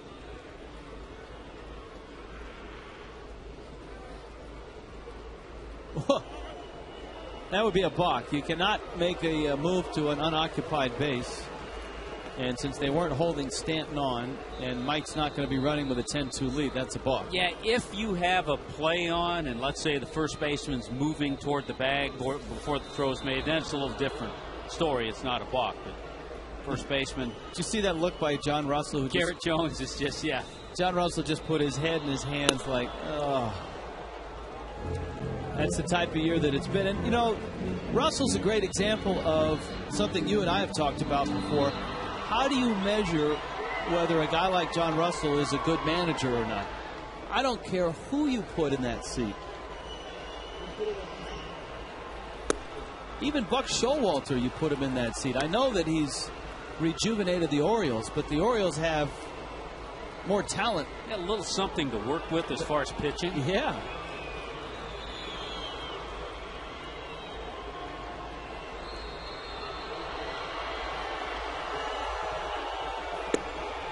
Davis swings and misses. And it's 1-2. I mean, remember when Jim Tracy was the manager of the Pirates? He had just come off a pretty good run in Los Angeles. He lasted just 2 years. And what does he do? He goes to Colorado and wins Manager of the Year and has a nice run with the Rockies. You know, the more that we peruse the Stanton home run, is 17th since the All-Star break. That ties Gary Sheffield, who hit 17 the second half of the season in 1996, as the most home runs a Marlin has hit after the All-Star break. That's amazing. Davis got knocked over. Snyder caught him, and it's 2-2. Now, guys in the league who aren't rookies, of course, Pujols has hit 21 since the break, Tulowitzki 18, and Carlos Gonzalez 17, tied with Mike Stanton. I think Tulowitzki hit all of his in a September. week and a half. Well, he did. He hit 15 in September. Yeah, he did. What did he end up driving, a 40? Yeah, 40 RBIs, 15 home runs. They do have a game tonight in St. Louis. Well, they haven't scored a run yet. St. Louis leads that game 5-0.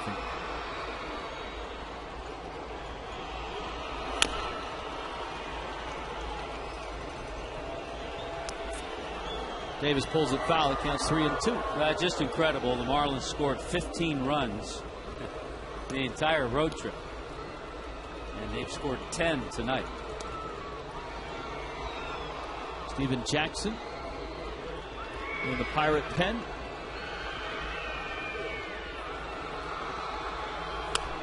You know who I was talking to down on the field today? Chris LaRue, who was with the Marlins and then found his way to Pittsburgh and found his way to their bullpen.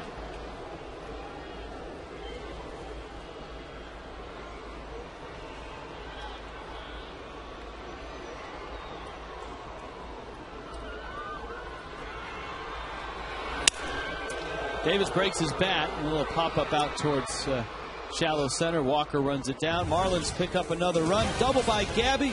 Stanton with his 5th RBI of the night.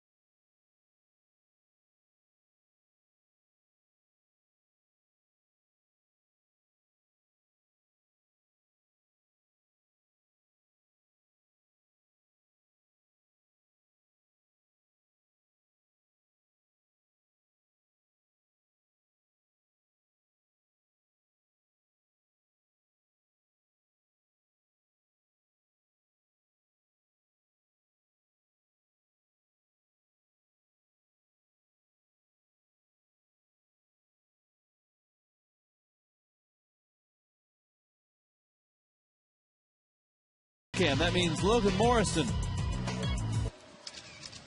There's the frozen moment. Frozen in time. Nice catch. And a nice slide. Frostbrew Coors Light freeze cam. Brian Sanchez into the ball game. Chris Volstad goes the first 6 innings, and if the pen can bring it home, Volstad will continue, I guess conclude, because this is his last start, conclude a terrific second half and finish with a flurry, winning 3 in a row, having 3 very good starts in a row. It's amazing when you think about it. It'll be Chris's 12th win. Anibal Sanchez has 12 wins. Ricky Nolasco with 14 before he was shut down. And JJ would have had 14 or 15. Cedeno really put a charge in that one and hits it out. Wow, you don't picture Ronnie Cedeno going to straightaway center field. Not in this part. But he just did. It's number 7 on the year for Cedeno.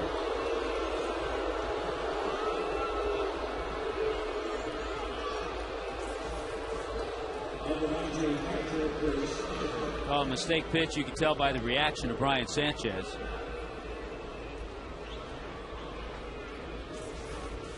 And JJ still has a chance to finish atop the league in ERA.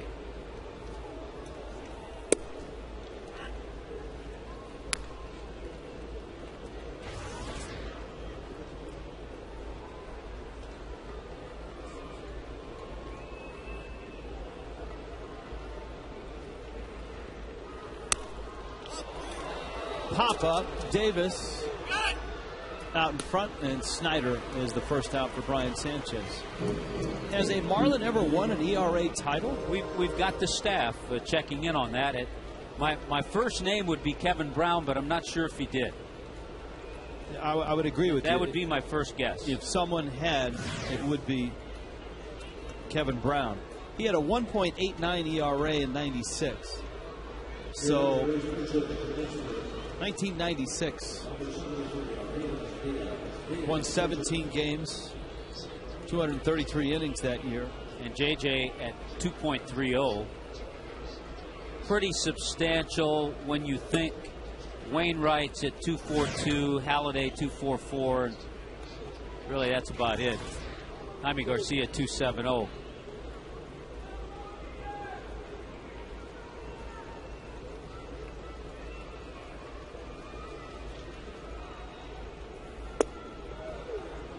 Argenis Diaz is the pinch hitter.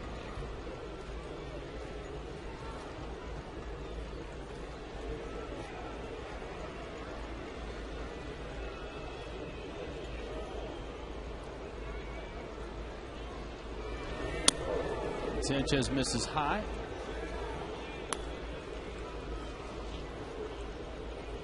Talked about the year that Brian Sanchez has had overall, very solid. And he's made a good impression all year. Fewer hits than innings pitched. ERA that's in the low 2s. 1996, Kevin Brown did lead in ERA with 1.89. See, I would have been right. That would have been one of my correct guesses this year.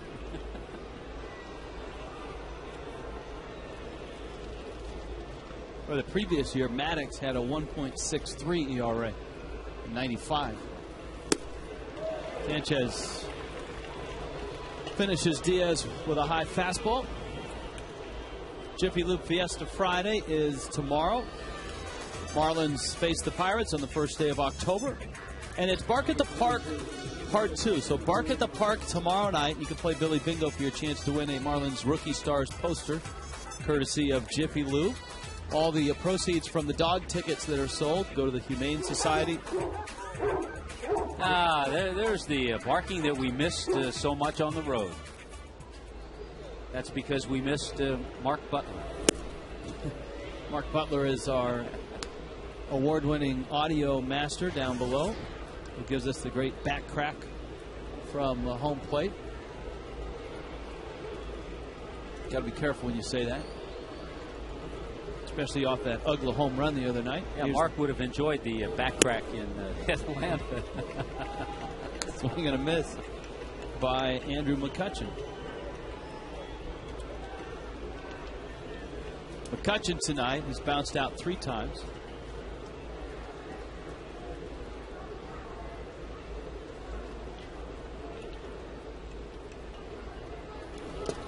Sanchez buries a breaking ball. And it's 1-2. 10-3. Marlins on top. Ronnie Cedeno has homered here for the Pirates. Mike Stanton has driven in 5 for the Fish, including a long, long home run. We're guessing 440, 450. 450, right in that range. Well, it's 434 where it went over the fence, and it was up a little bit on that black backdrop, those folded up seats. Sandy Rosario is up in the bullpen.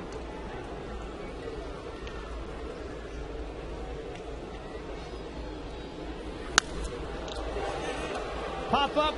Davis already has 1. Yeah, Wes Helms came down here. Davis say, take it, take it. Helms does. Pirates add a run. It's 10-3.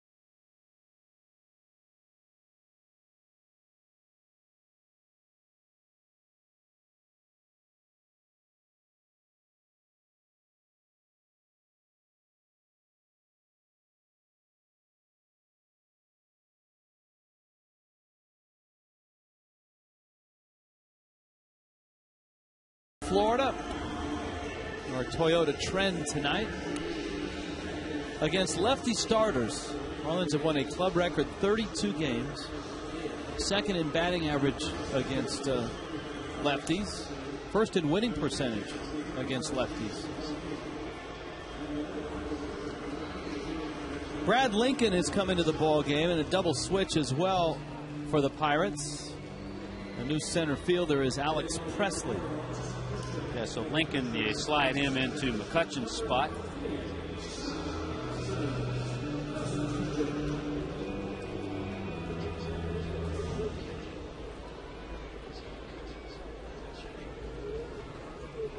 Scott Cousins is going to pinch hit.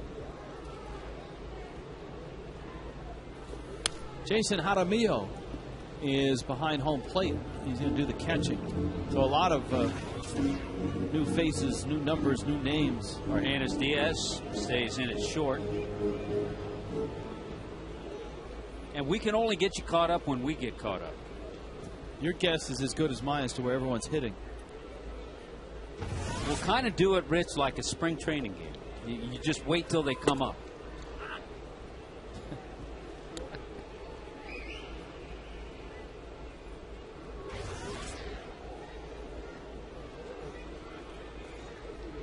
It's been a nice stretch of the big leagues for Cousins.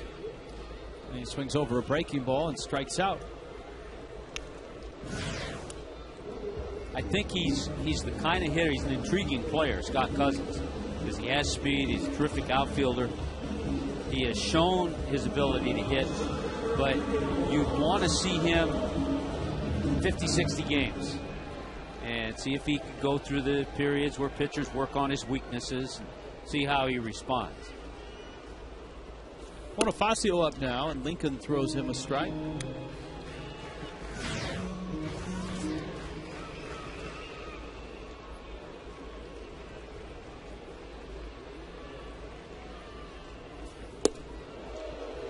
That's in.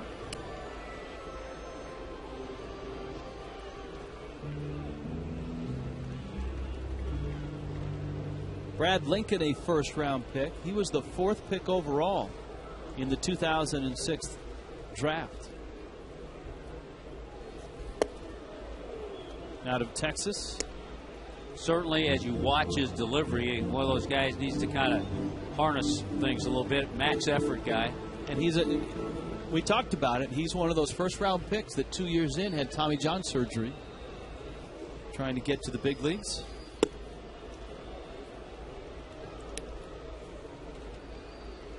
Last year split his time between AA and AAA. Made 25 starts.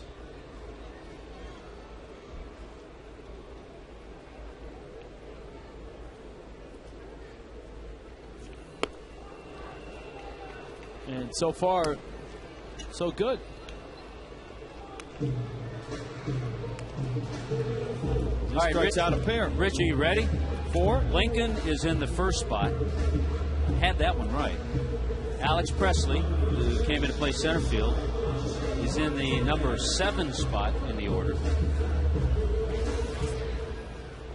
In Cedeno's spot. Yeah, Jaramillo goes in the number 8 spot, so he just goes in where Snyder was. And Diaz in the 9th spot because he pinch hit there.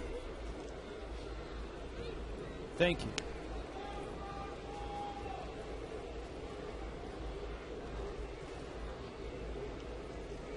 Now, Ozzie has a couple of hits. Let me ask you this question, since you were playing general manager. All right. Say Ozzie has a great spring and hits well and continues to play the heck out of shortstop. Can Hanley Ramirez play third or center? I think if Hanley ever made a shift, as there at one time was talk, it would be to center field. And what you would lose in your power and production at short, if you had Ozzie at short, you would gain in center field. So you still have Hanley in the lineup. And that's just us dreaming up here and moving players around. Yeah, and all fantasy baseball. We're not privileged to any inside information, but we were talking about Ozzie, and even Cookie was talking about, hey, this kid looks like he could play every day in the big leagues. And so since he's in this system, you're trying to think, well, how could he play every day if the Marlins have, as you noted, Hanley blocking him at short, and Ugla and the Marlins moving towards a contract which would keep Ugla at second base. And those are the 2 spots that Ozzie would play. Hey, it's an interesting discussion.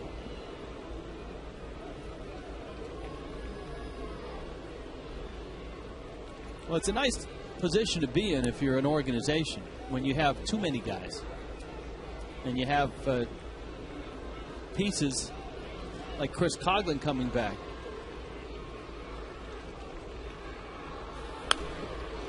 Two is fouled back. You know, if I remember, it was a discussion that was heard a couple of years ago. And then Hanley went out last year and had a tremendous year defensively. Hanley made 10 errors in 2009. He'd made 22 the year before. He was in the 20s. He's made 16 this year, but he's missed some time. Ozzie swings and misses. Brad Lincoln strikes out the side.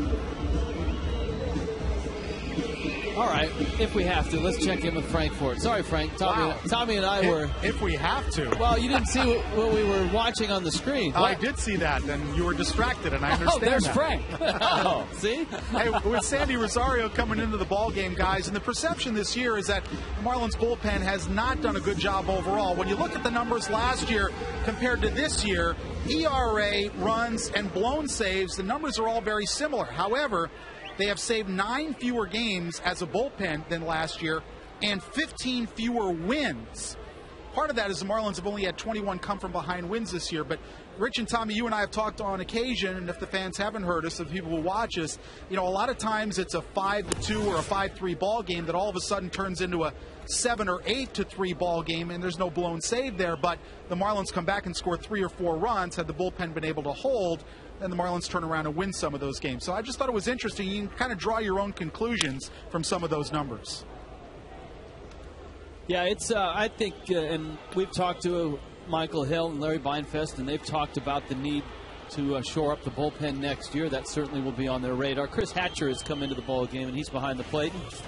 Sandy Rosario is trying to bounce back from what was not a memorable big league debut in Milwaukee. Yeah, I think for him, personally, this is an important outing.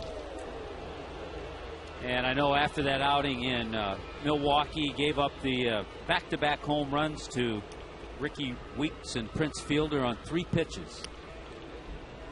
Good pitch there. Got in on the hands of Jose Tabata. He just muscled it into the outfield. In fact, after those back-to-back home runs by Weeks and Fielder, there were 3 more hits that followed. Casey McGee, Carlos Gomez, and Jonathan LaCroix. And I remember talking to Edwin the next day and asking him how Rosario was after the game, and, for his major league debut. And he said, not good. He said, I had to talk to him. But all of a sudden, 2 consecutive base hits here. Singles by Tabata and Walker, and now Garrett Jones and Pedro Alvarez coming up.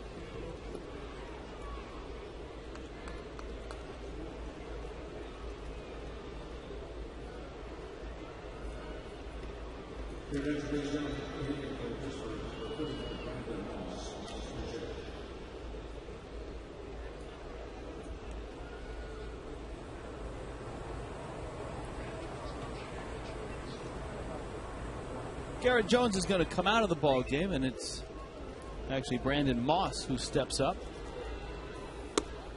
He takes a breaking ball for a strike. 15th game in which Moss has appeared. AAA hit 266, 22 homers, 32 doubles, drove in 96, so he had a productive year.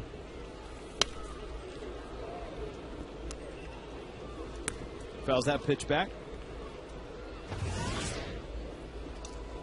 I remember, and maybe our Red Sox insider will check in, Brandon Moss had a really big home run for the Red Sox. I believe it was a game winner when they played a game in Japan, if I'm not mistaken. I think they opened the season over there. I forget who. I think it was against Oakland. It's a game-tying solo homer in the 9th inning off of Houston Street on opening day in Tokyo. I amaze me. I can remember stuff like that and forget what you said 5 minutes ago. He became the first player in Red Sox history to homer in a regular season game outside the United States or Canada. There you have it.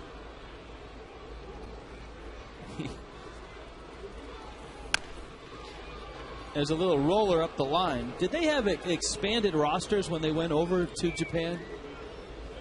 Was it a 26 or a 27-man roster? Because he homered, went 2 for 5 on the 25th of March. And then he was optioned to AAA Pawtucket on the 26th. I think they might have. I think you're correct. Well, how about an infield hit and all of a sudden 3 consecutive base hits? Speaking of the Red Sox, I saw a great note today on former Red Sox player Johnny Damon, who's with the Tigers. Johnny Damon played in his 140th game. He became the 5th Major League player to play in 140 or more games 15 consecutive years. And you're talking about, listen to the other guys who did it. Hank Aaron, Brooks Robinson, and Pete Rose did it 16 consecutive years. Willie Mays, 15 straight.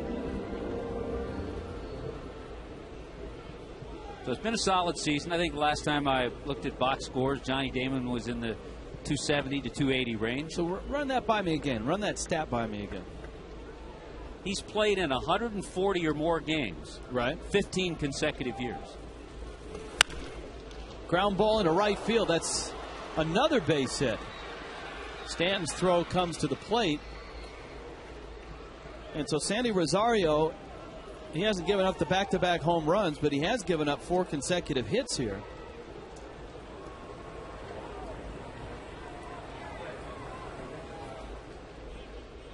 Rosario, in his Major League debut, gave up 5 consecutive hits. So far, Sandy Rosario has faced 11 batters in the big leagues, and hitters are 9 for 11. I mean, there comes a time when you just realize this isn't where he belongs right now.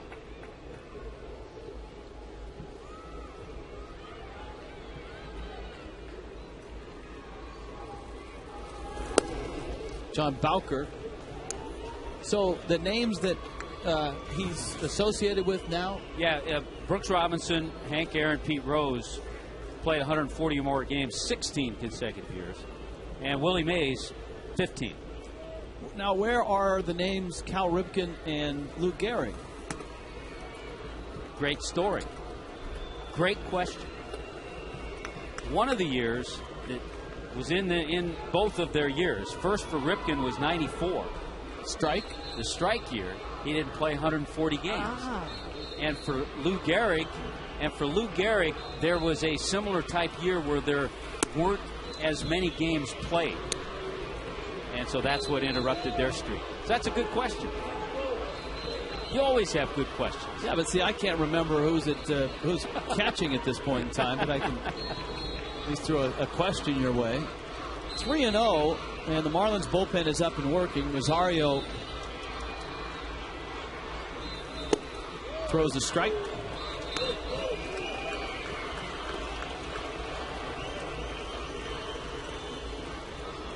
(10-4), Marlins on top.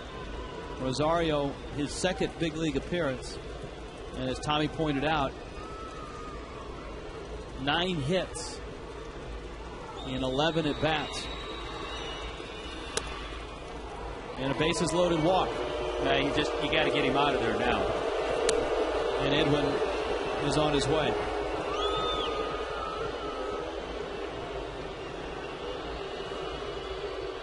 So for Rosario, this was thought to be a soft landing, but instead it's an early hook. There's a Marooney called to the pen. When you need a car, truck, or van, who you gonna call?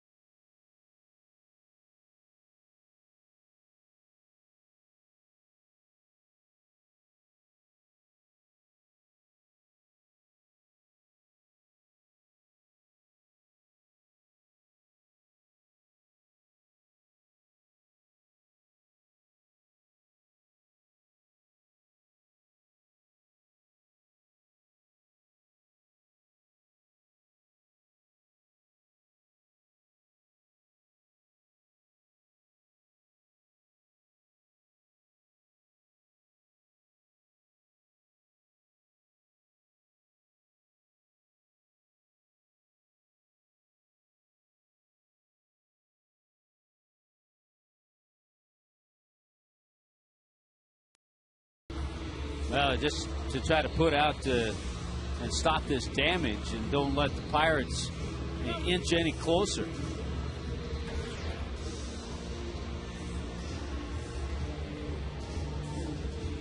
So Alex Presley will step in. He'll step in for the first time tonight.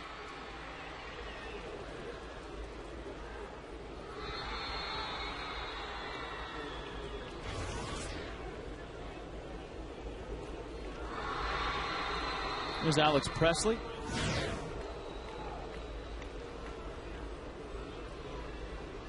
Out of the University of Mississippi. Where's Chris Coughlin when you need him? Give us a scouting report. Alexander Crawford Presley. He's 25, so he and Cogs were probably teammates. 8th round pick, 2006. Well, Cogs has been up in Jupiter. Roger Dean rehabbing, getting himself ready. I liked what John Baker told us last time we were here about the all-star lineup of lockers up there with Coughlin, JJ, Nolasco, Ricky. Bakes up there. I think, and correct me if I'm wrong, slap me around if you feel like it here. Okay. I think if the Marlins, by some act of whatever, were playing for something this weekend and had a shot at getting the postseason, I think Josh Johnson would be available. Oh, I totally agree. I think he was ready to pitch a week ago. But there's really no reason to have him go out there for one more time or two more times and take any chances. And Ricky's not far behind. Ricky's surgery not as extensive as Chris Coughlin's surgery. By the way, when to get back to the Moss home run in Japan against Oakland, they did have expanded rosters. They played that series in Japan. Then they came back and played 2 or 3 more exhibition games. That's right. And then they made some more moves and got down to their 25-man roster. Presley fouls it back.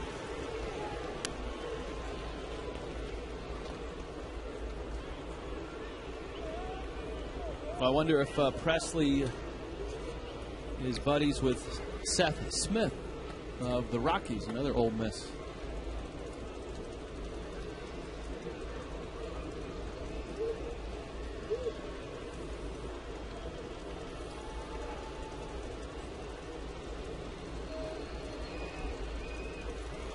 Hensley with a big breaking ball. Down goes Presley. That's a thing of beauty. And we've seen that all year. He is not related to Marlins former hitting coach Jim Presley. We hope that Press is doing well.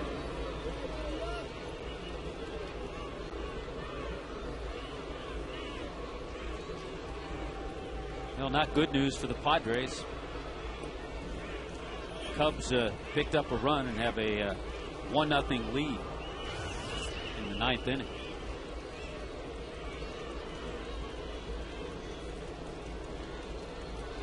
Jaramillo.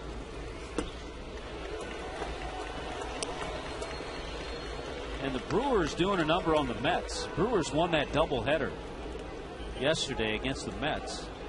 And Milwaukee has a 4-1 lead over the Mets in the 8th inning tonight. So just to clarify, Alex Presley is not related to former Marlins hitting coach Jim Presley, and Jaramillo is not related to Rudy Jaramillo, the Cubs well-respected hitting coach. Longtime Ranger hitting coach. Morrison charging in, makes the catch.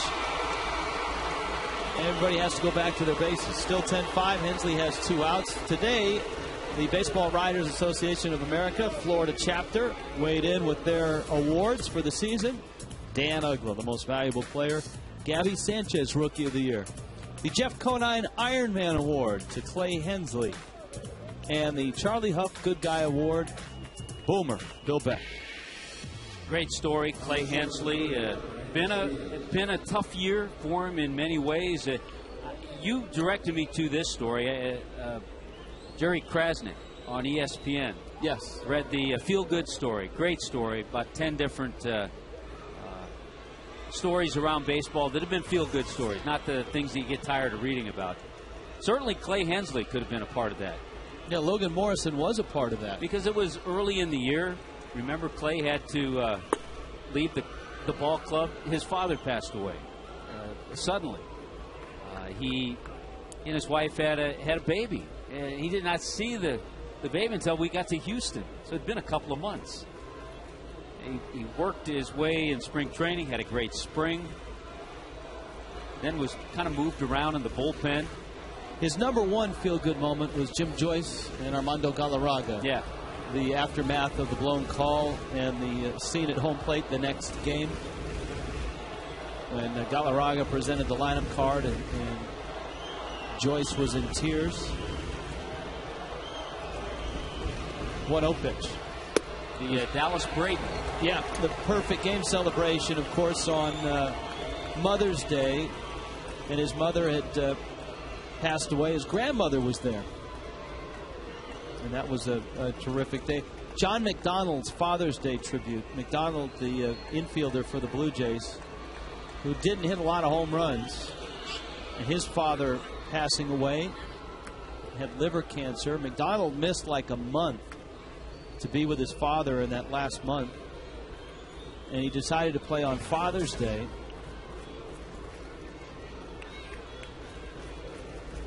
And he got the call from Cito Gaston in the 9th inning of a blowout game to come up. And he homered. And not only McDonald, but his teammates were in tears in the dugout. John Lindsay, a former Marlin farmhand, long-time minor league, finally getting to the big leagues. That was one of the feel-good stories. Logan Morrison and his father Tom, that was 7th on the list. Daniel Nava's Fenway Slam. All good stuff. That was our friend Jerry Krasnick. Nice column from last week.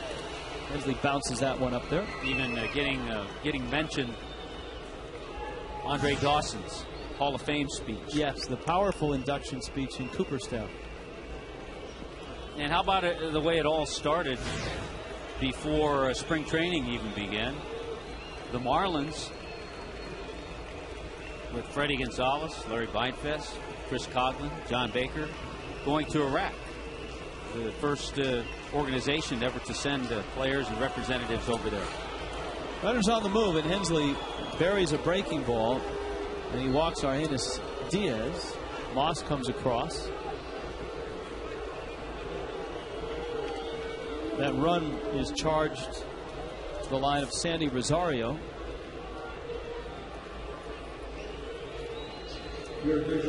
Hensley's going to look at a pinch hitter here. Delwyn Young.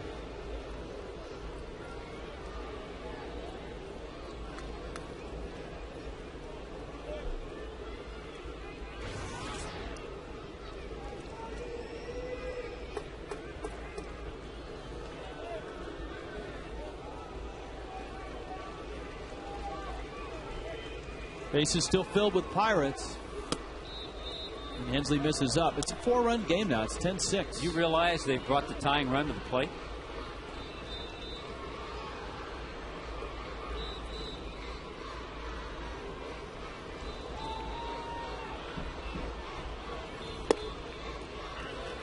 A strike. So the Cubs lead the Padres 1-0 in the bottom of the 9th. If the Cubs win that game, the Giants have clinched at least a tie, correct? Mm-hmm. They'll be 3 up with 3 to play with the Padres. And then the Padres head up to San Francisco, that 3-game series there. Would have to win all 3 games just to tie.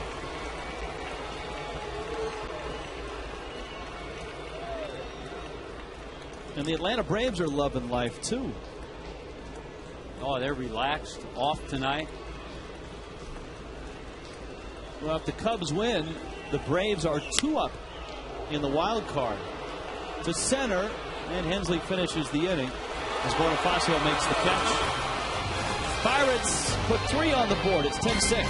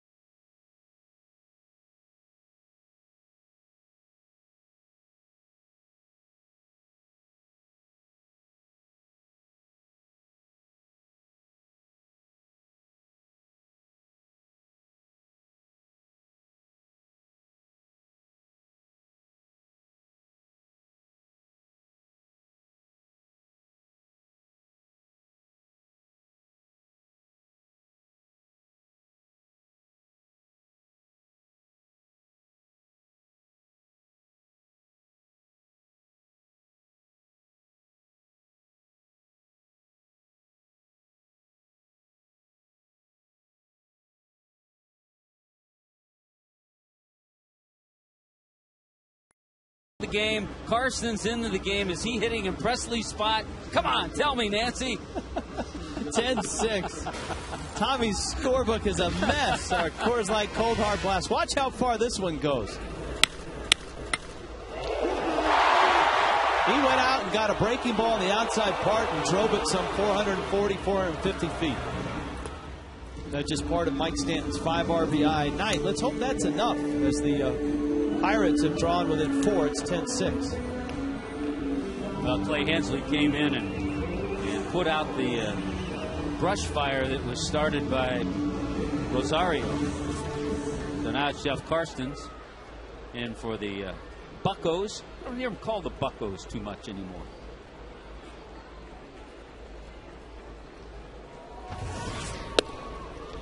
What was your favorite Bucco of all time? Well, I saw, he wasn't favorite, but faced him many times. Saw Bruce Keeson here scouting tonight. Logan Morrison is up. Lomo waits, drives that ball in the gap, right center field. It's going to roll towards the wall. Lomo was thinking 3. Lomo's headed for 3. Head down and in there. Logan Morrison with another triple, his 6th of the season. Yeah, he leads the club in that department, and what a night. He's back in the groove. It took the lefty, Zach Duke, to get him to stay back a little bit more. This one, he drives into that gap in right center. Once he gets into that Geico gap, he puts his head down. He's thinking 3 all the way. Heads down. There's one turn. Takes a peek. He doesn't even need to pick up Joe Espada because at that time he knew he was going to 3rd. Now Ugla.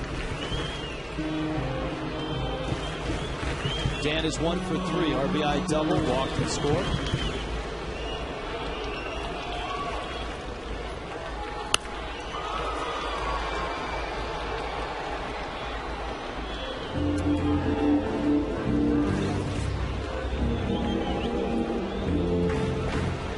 He's got another RBI sitting out there with nobody out here. The infield actually has crept in.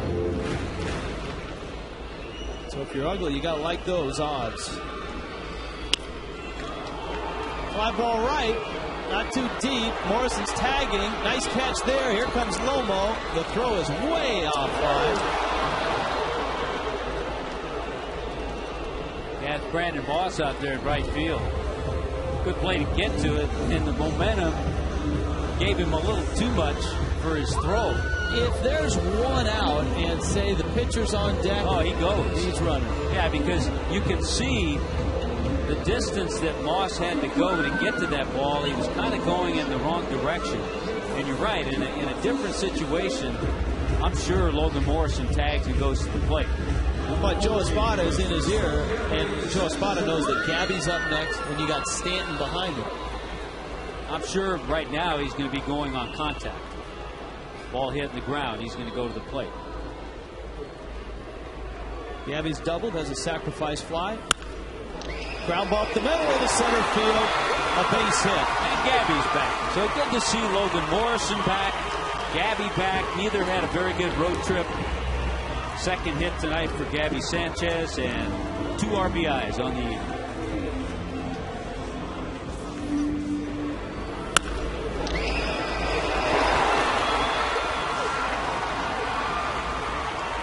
Both appear to be, just the fact that that ball was up the middle. We've seen Lomo take the ball the other way. They both appear to be staying back, letting the ball get to them a little bit better. Here now is Mike Stanton. RBI single in the first, struck out in the second, 3-run homer in the fourth, RBI single in the sixth. So 5 RBIs. And sees a big curveball for strike 1. We've been talking so much about Buster Posey and obviously Gabby's numbers, Jason Hayward, even Jaime Garcia. You give Mike Stanton another month and a half in the big leagues? He's at 30 home runs. Yeah. Stanton now with 22 homers. And now 58 RBIs. Yeah, he'd be at 30 and close to 80 RBIs. He'd be right in there with those guys.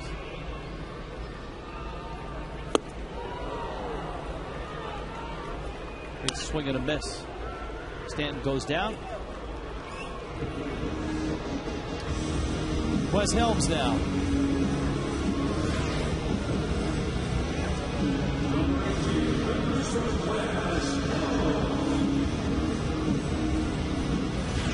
By the way, while we have your attention, we'd like to say thank you for another fine season from our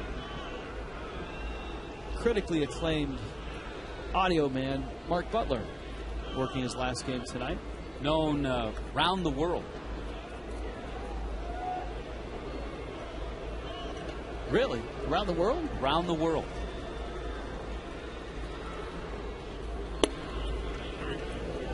See, I just knew him from South Florida. Oh, no. It goes beyond South Florida. The reputation. Everywhere we go, people say, you guys work with Mark Butler, don't you? Fly ball right. Moss is over towards the line, and he makes the catch. 11-6 going to the ninth.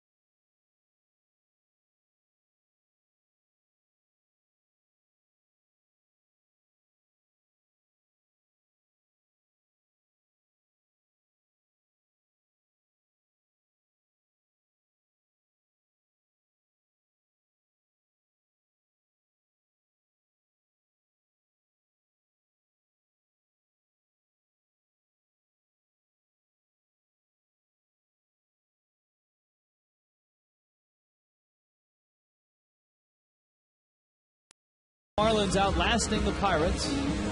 A lot of hits in this ball game. It's LeBron James had of choice the other night.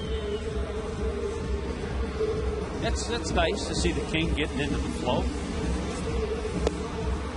Jose Veras comes on for the Marlins. And in the ninth, Veras will try to finish off the Pirates. Chris Bolstad went 6. He's in line for win number 12 to finish off his season. Brian Sanchez worked an inning. Sandy Rosario came in and gave up 4 hits and 3 runs. The ERA of Rosario right now must be enormous. 54.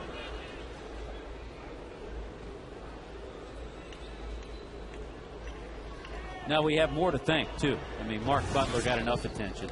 Let's get off him. Tommy, I can't hear you. Your audio is gone. Jose Tabata is up. Tabata is 2 for 3. Our fearless leader is working his last telecast of the season, John Sulzer. As he walks out of the truck tonight, he will wave goodbye and pull on the blue and orange and try to bring victory to the Florida Gators this weekend. Well, the good side of that, as he walks out of the truck tonight, he'll be closer to the parking lot. It's because the truck is in the parking lot tonight. There's this truck that's Tabata. In fact, I think Sulzer parked closer to the stadium than the truck did. But I know you and I share the same feeling. We are truly fortunate to work with a guy as creative as John Sulzer. He makes our job fun.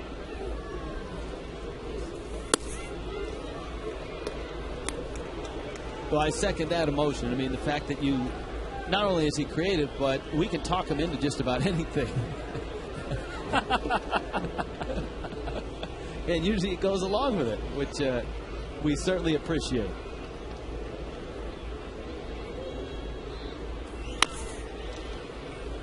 Pulled down the third base line. 3-2. I mean, whenever we have to roll out the 10-run reel, it's Sulzer who has to scramble to load the video in the 10-run reel archive.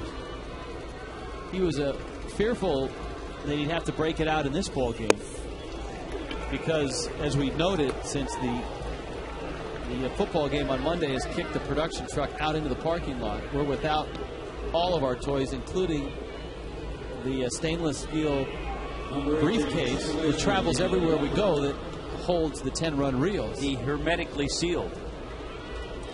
Jeremy hermetically sealed. Yeah, we see, if you ever see John Sulzer traveling with the team, he has it in a briefcase handcuffed to his wrist. Only Jim Holley knows the combination. Our director.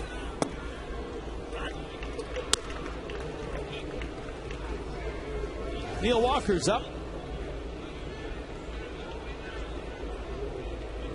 So with the Padres losing tonight, the Giants have clinched at least a tie. And the Braves' magic number, correct me if I'm wrong, is 2. Well, bottom line is things are looking pretty good for the Braves, and it turned out to be a good decision by Bobby Cox to start Hudson and Lowe on 3 days rest. And the Braves would love to clinch Friday night, or at least Saturday night, so he doesn't have to bring Hudson back on Sunday. Even though he would have his regular day's rest. Yeah, you're absolutely right. Because if they're not sure, they don't know what they're going to get, if anything, from Jared Jurgens. And if he has to start Hudson on Sunday, there's no way Hudson can start game 1 or 2 of the postseason series. And it sounds like the Giants and the Braves would meet, and that would be a Tuesday, right? Because didn't the Phillies say they were going to play on Wednesday? So you might see Lincecum and Hudson. It's a pretty good matchup. That's right a there. great matchup. A couple of guys that aren't 6'5" and just throw great, each with different styles and stuff.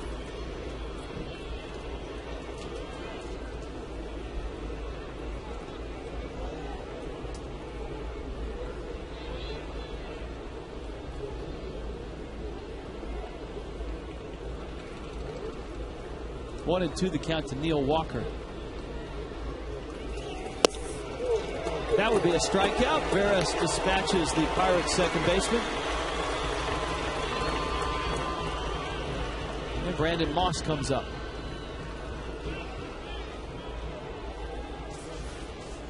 Yes, that nice curveball from Veras. Drops it in there.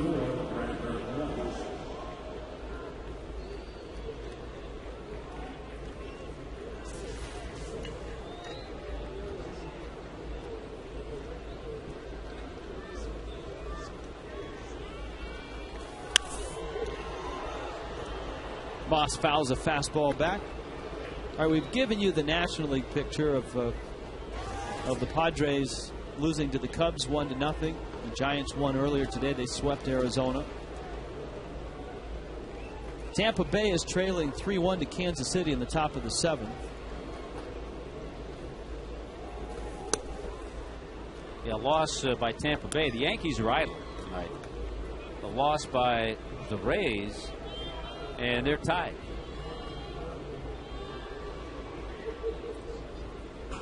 Red Sox, of course, eliminated. Tampa has the tiebreaker because they hold an edge in the season series against the Yankees, 10-8, I believe.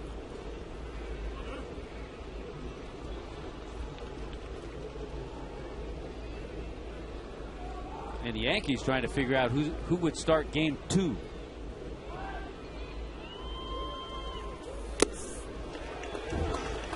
Which right now could be Phil Hughes. Certainly going with Sabathia game 1. A lot of questions still for Andy Pettit. A.J. Burnett has an ERA of 5.5.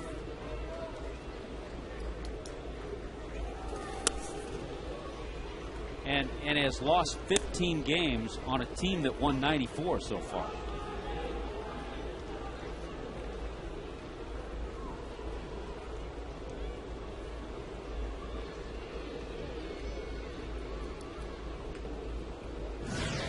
Moss at the plate, counts full.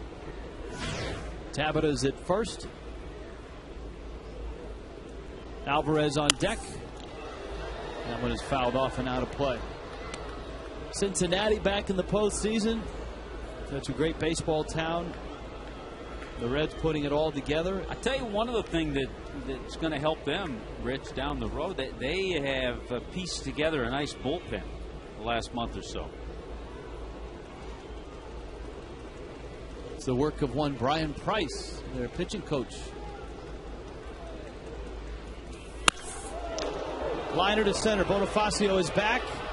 Off the wall it goes. Racing around second is Tabata. He'll stop at third. And Brandon Moss has himself a loud double. It's going to bring up Alvarez, who has 3 hits.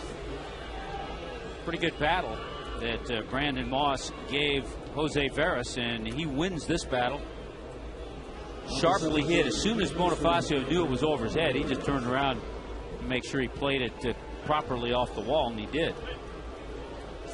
Yeah, Francisco Cordero had some struggles, but he looks like he's righted his ship. And you know, they have the veteran Arthur Rhodes, certainly Aroldis Chapman, the 100-mile-an-hour throwing left-hander. Veras bends one inside to Alvarez. Reds won tonight 9-1. They got home runs from Drew Stubbs, Brandon Phillips, and Johnny Gomes. Bronson Arroyo the win. He's 17-10 this year. That's all he does. And Arroyo gets back to the postseason for the first time since he was in Boston in 2004.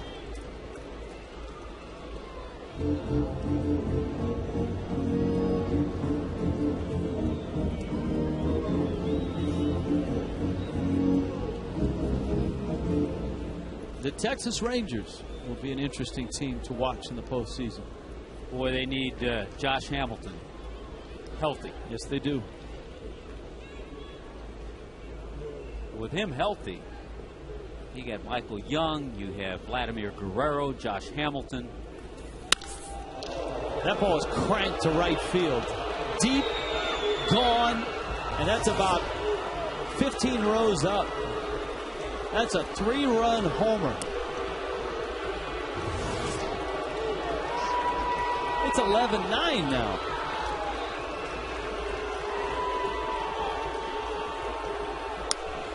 Number 15 on the year for Pedro Alvarez. And earlier in the game, we were talking about a few of these young players the Pirates have as they look to 2011. And certainly locked in.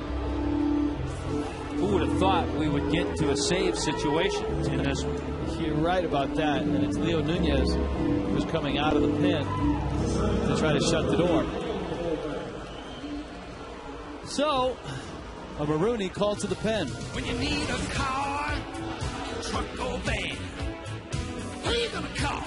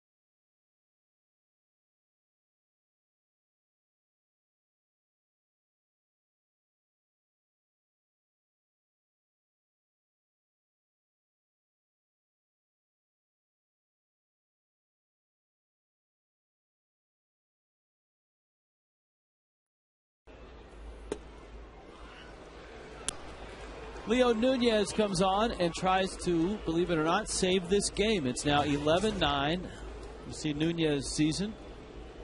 29 of 37 in save spots. And he misses away to John Bowker. It's 1-1. Jose Veras gives up the 3 runs. Works just a third of an inning. I think wherever Nunez pitches, whether it's as a closer or in an 8th inning spot, the lesson that Edwin has tried to impart upon him in this last month and a half of the season, when he took him out of the closer's role, is you got to learn how to pitch. You can't just throw.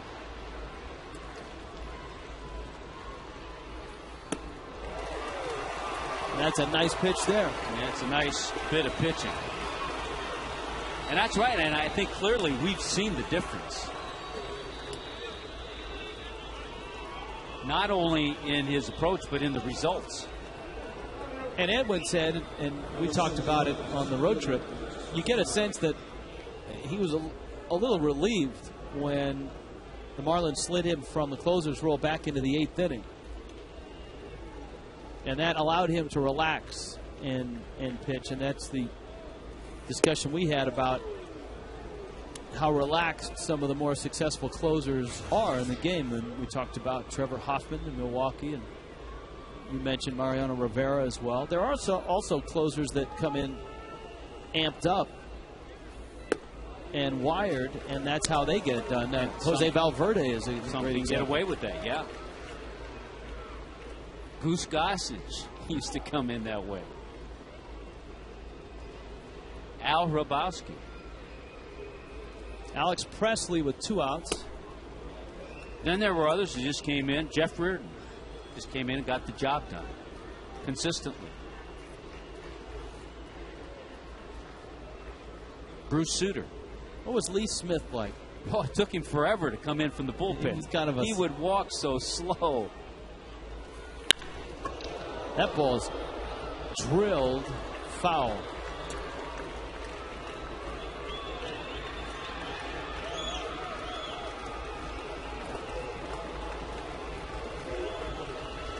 Two and two.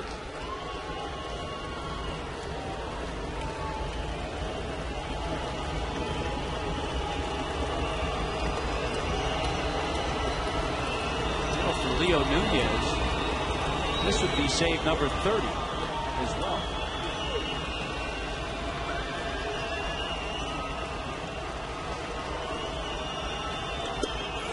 Gets it. Change up. Strikes him out. And for Nunez, a nice finish. For Mike Stanton, a good night's work. 5 RBIs for Stanton. A tape measure homer. Our South Florida Ford spotlight of the game on Mike Stanton.